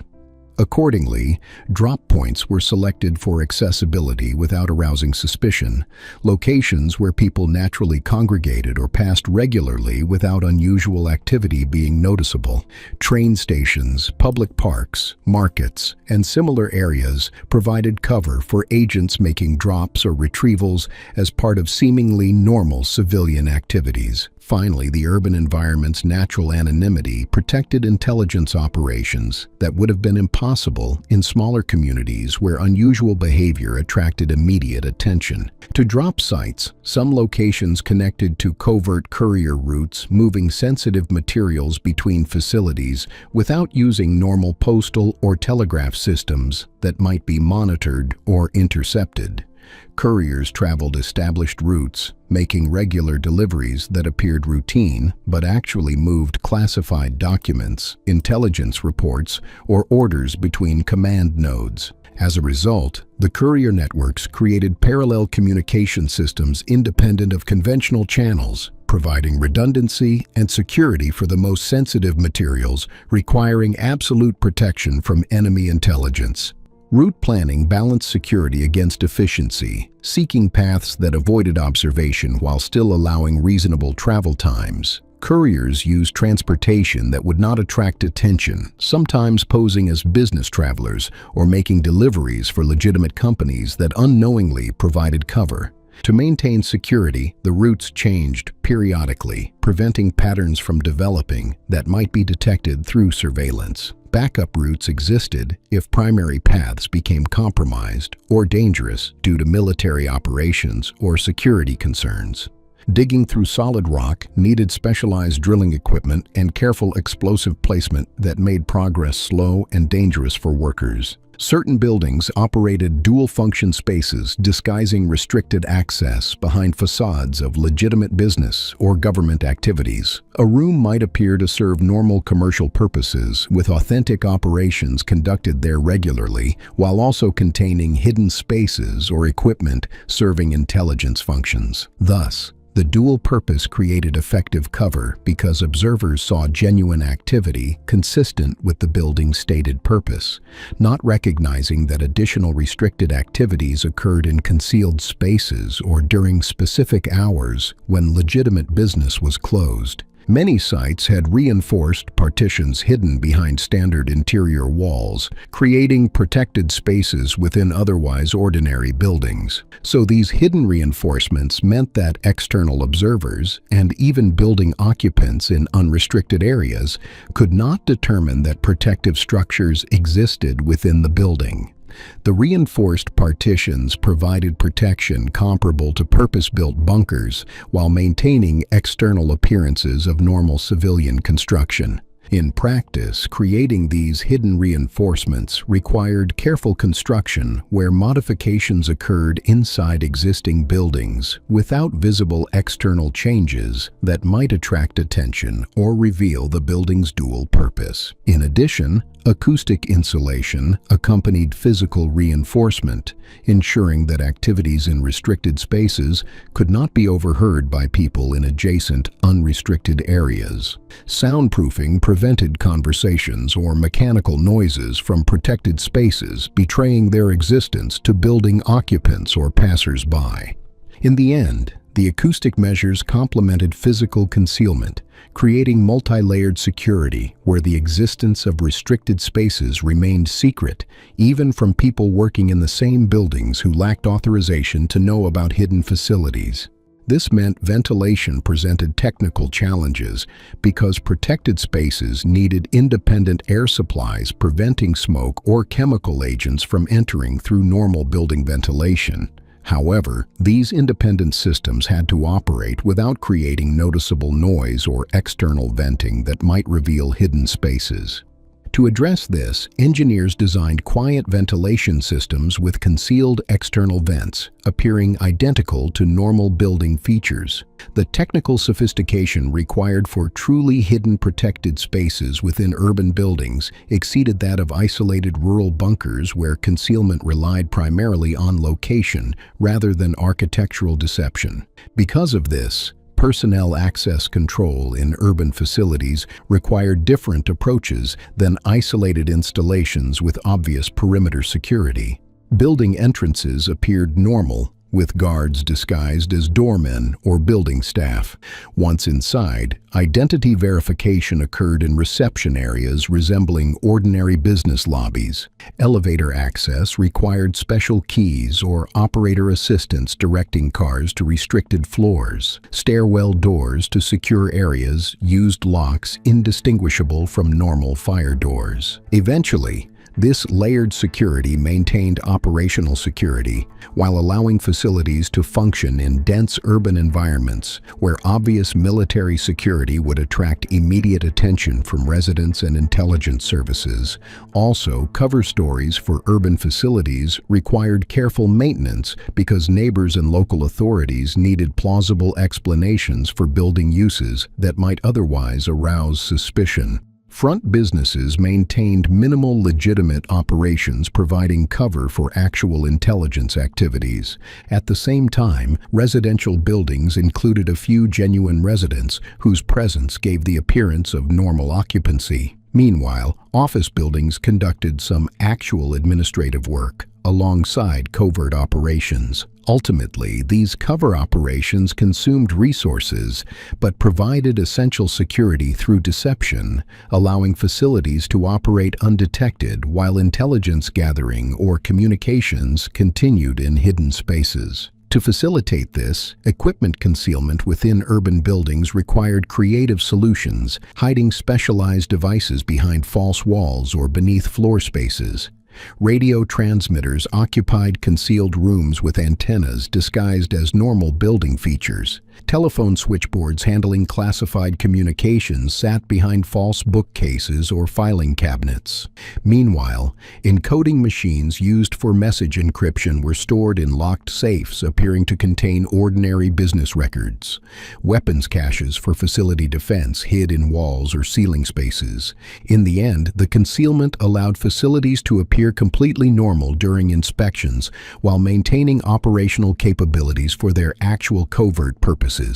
Emergency evacuation plans for urban facilities considered scenarios where normal exits might be compromised by bombing, fire, or enemy action. Foundation engineering became progressively more complex as facilities grew larger and protection needs exceeded original design parameters. This examination of underground factories, symbolic installations, and urban facilities reveals the network's diversity beyond obvious command centers. The system combined military, industrial, ideological, and intelligence functions into an interconnected structure serving multiple regime purposes simultaneously. Therefore, understanding how these different elements fit together requires examining the network's overall functioning and ultimate failure during the war's final phase. Concrete formwork presented logistical challenges because pouring massive walls needed temporary structures consuming scarce lumber and skilled carpenters. Section 5. When protection became prison. These dispersed sites formed a multi-layered system combining protection, deception, and operational continuity. Underground factories maintained weapons production despite surface infrastructure destruction. Urban facilities preserved intelligence and administrative capabilities in cities facing sustained bombing. Symbolic installations reinforced ideological control over SS and party structures. Ultimately, the system functioned because different facility types complemented each other, creating redundancy where loss of individual sites did not catastrophically compromise overall capabilities. In simple terms, protection worked through physical barriers, concealment, and distributed operations. Thick concrete walls absorbed explosive impacts that would have destroyed surface buildings. Underground placement removed facilities from aerial attack entirely. In addition, camouflage reduced detection probabilities. Geographic dispersal meant no single bombing raid could eliminate critical capabilities concentrated at one location. Furthermore, multiple parallel command centers allowed operations to continue if primary facilities were attacked or captured. In the end, the multi-layered protection reflected recognition that no single defensive approach could ensure survival against sustained Allied efforts to destroy German command and control systems. At the same time, deception served both operational and strategic purposes throughout the network's existence. Camouflaged facilities avoided detection by surveillance aircraft. Urban facilities operated while appearing to be normal civilian buildings.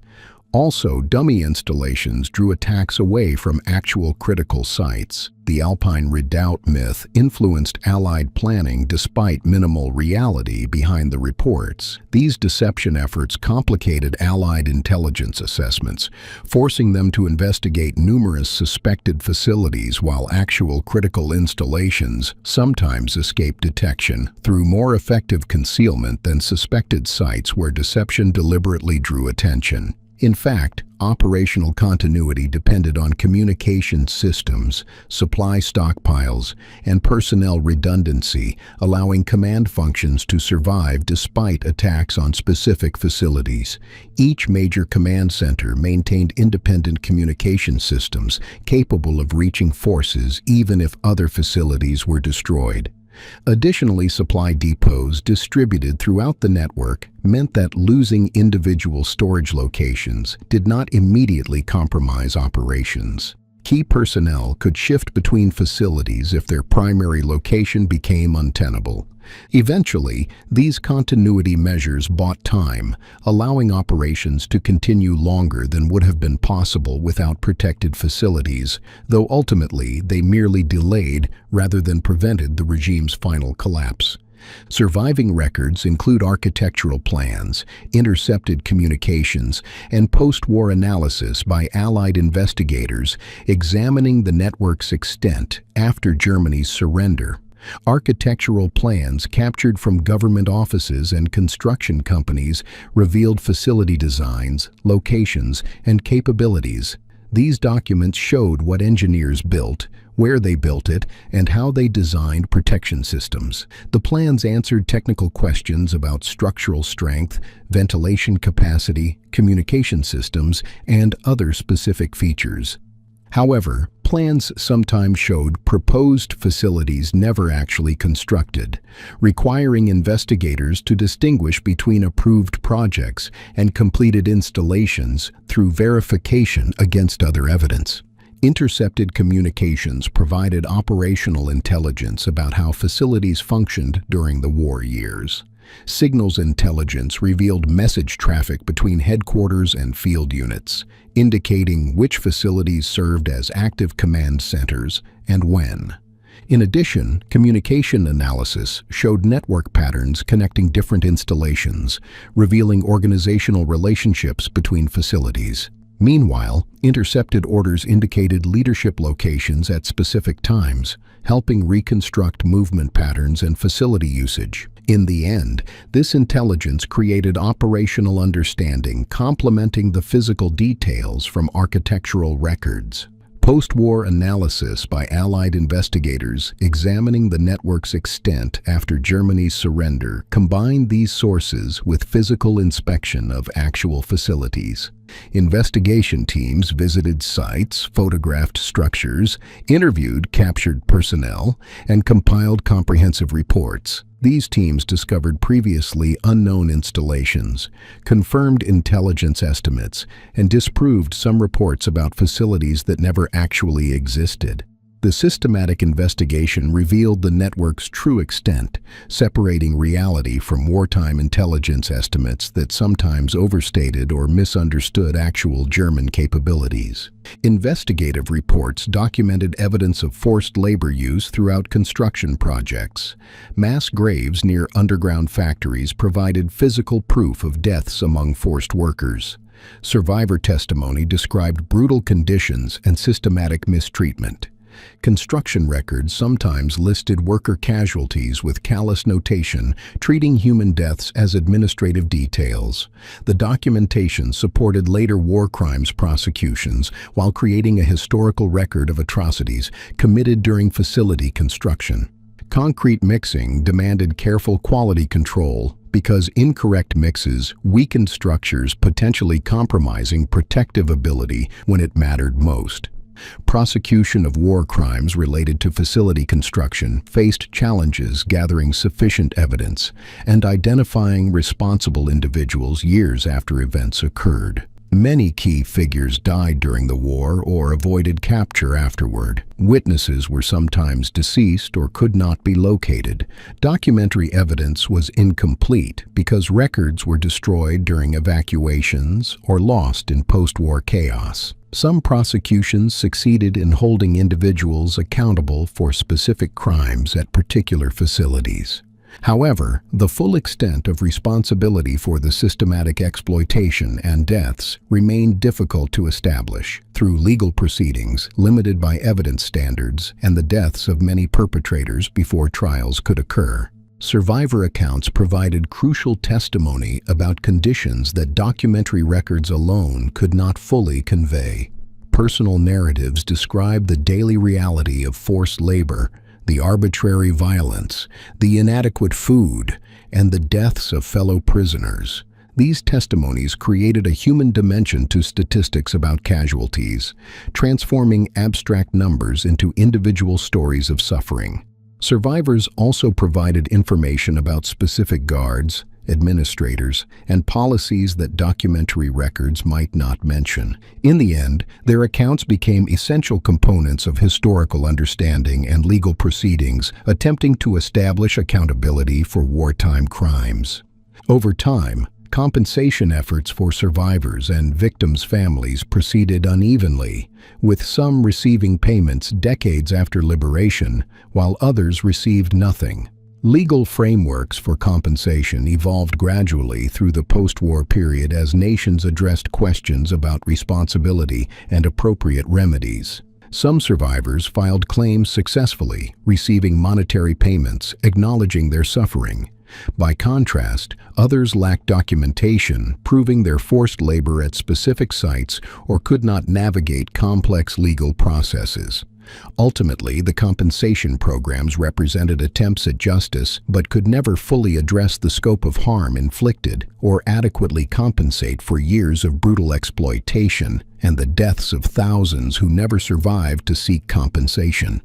After the war, long-term outcomes varied significantly between different facility types and locations. Many sites were repurposed for civilian or military uses by occupying powers. Some underground factories became storage facilities. Similarly, former command centers housed occupation administration temporarily. For example, the West Wall bunkers received various civilian adaptations including storage, emergency shelters, and even residential conversions in some cases. Repurposing prevented abandonment while avoiding the expense of demolition for structures built to withstand sustained assault. In other cases, installations were sealed rather than demolished, with entrances filled or blocked to prevent access, while leaving structures intact beneath ground. Sealing provided an economical solution for facilities too expensive to completely remove, but too dangerous or sensitive to leave accessible. Thus, sealed sites contained unexploded ordnance or structural hazards, making them dangerous for casual visitors. Meanwhile, others contained materials or equipment considered sensitive by occupation authorities. In the end, sealing prevented unauthorized access while deferring decisions about ultimate disposition until resources became available for more permanent solutions. Finally, dismantled sites underwent complete removal when strategic, safety, or political considerations made preservation unacceptable. Symbolic installations like Wewelsburg's modified North Tower saw partial demolition of features most associated with SS ideology. Urban facilities integrated into existing buildings received removal of hidden fortifications and special equipment. Some high-profile installations underwent demolition specifically to prevent them from becoming monuments to the defeated regime. Ultimately, the dismantling served both practical purposes and symbolic functions, erasing physical reminders of structures that had served the regime's most objectionable purposes. In fact, preservation efforts converted some facilities into historical education centers, teaching visitors about wartime events and the regime's operations. Museums developed at former command centers and concentration camps, combining preserved structures with exhibitions explaining historical context. These museums served educational purposes, teaching younger generations about this historical period while memorializing victims who died during construction or in regime violence. In practice, preservation balanced competing considerations, maintaining structural authenticity while ensuring visitor safety, providing historical education without glorifying the regime, and acknowledging victims without sensationalizing suffering. Wewelsburg Castle exemplifies preservation approaches combining partial restoration, museum development, and historical documentation. The facility now houses exhibitions about SS ideology, the castle's wartime modifications, forced labor used during construction, and the broader historical context. In the end, preservation maintained enough original structure, allowing visitors to understand the site's historical function while removing or contextualizing symbolic elements to prevent the site from serving neo-Nazi purposes. The museum demonstrates approaches to controversial historical sites by emphasizing education over preservation of every structural element. Steel installation needed understanding of structural engineering that determined proper placement for maximum strength against explosive forces. Other sites remained restricted due to structural hazards presenting genuine safety risks that preservation could not economically address. Collapsed tunnels, unstable concrete, unexploded ordnance, and environmental contamination made some former facilities too dangerous for public access. As a result, access restrictions protected visitors while avoiding costs of complete cleanup or restoration. These restricted sites contributed to historical understanding through documentation rather than physical visitation, with photographs, architectural records, and scholarly analysis substituting for direct public access to physical structures. Modern relevance extends beyond historical interest into practical influences on later developments in multiple fields. Bunker research influenced emergency planning protocols in nations developing civil defense systems during the Cold War. For example, German engineering solutions to specific problems, ventilation in sealed spaces, independent power systems, underground construction techniques, informed later military and civilian projects requiring similar capabilities.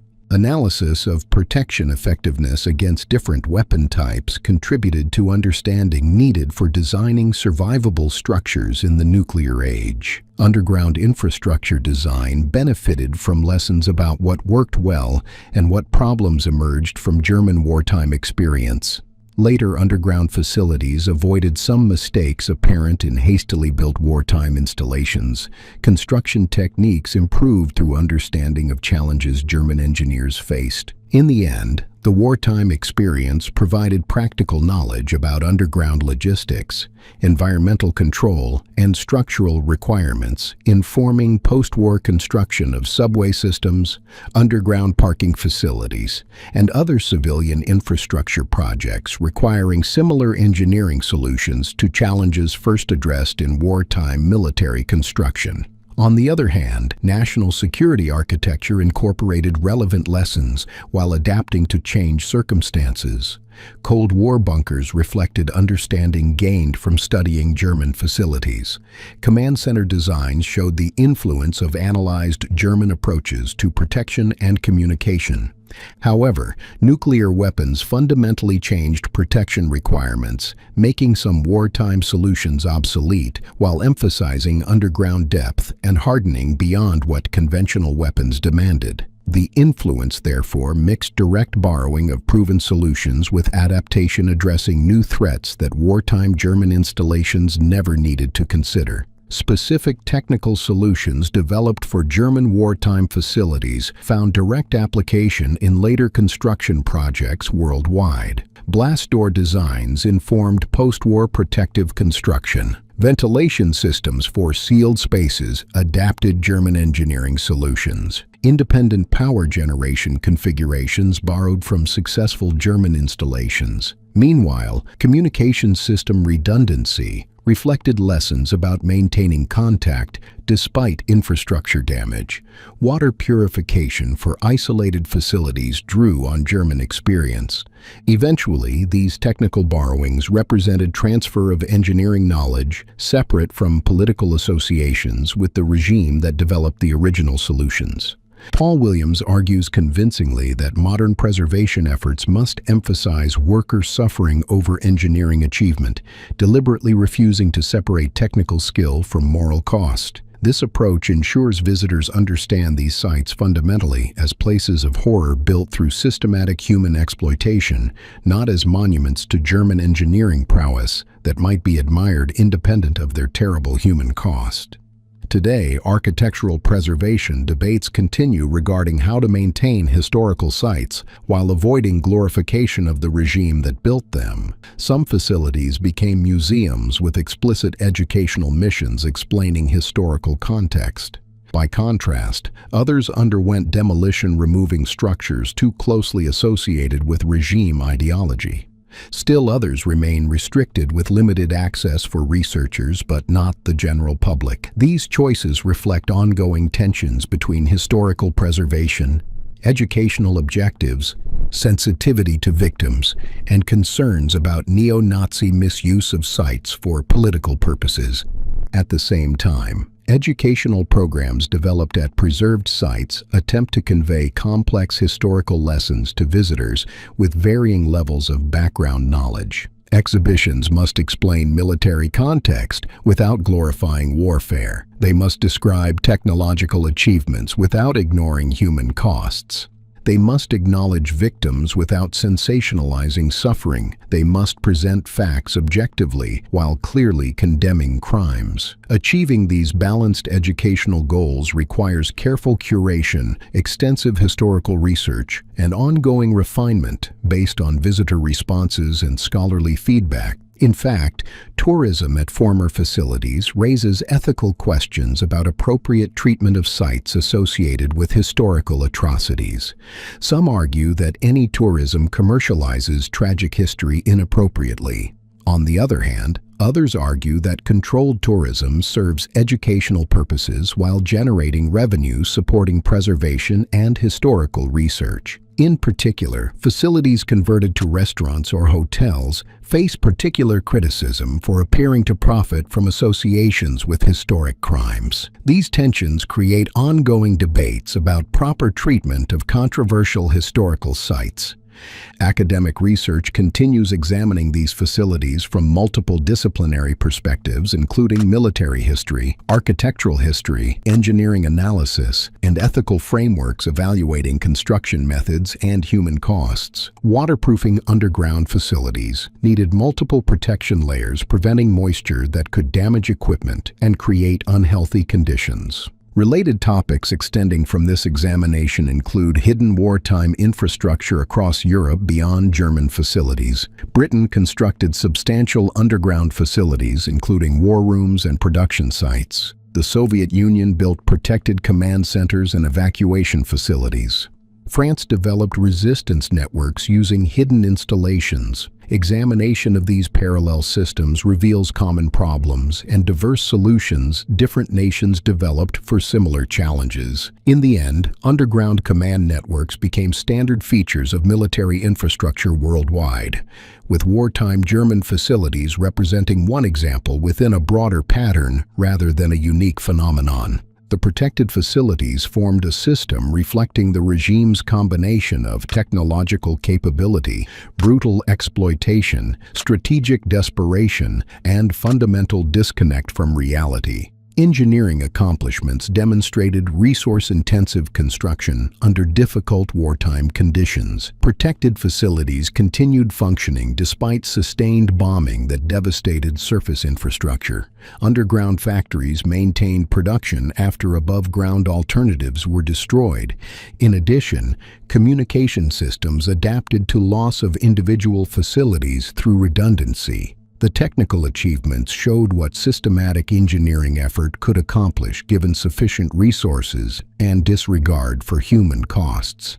However, these accomplishments came through brutal exploitation of forced labor treated as disposable resources.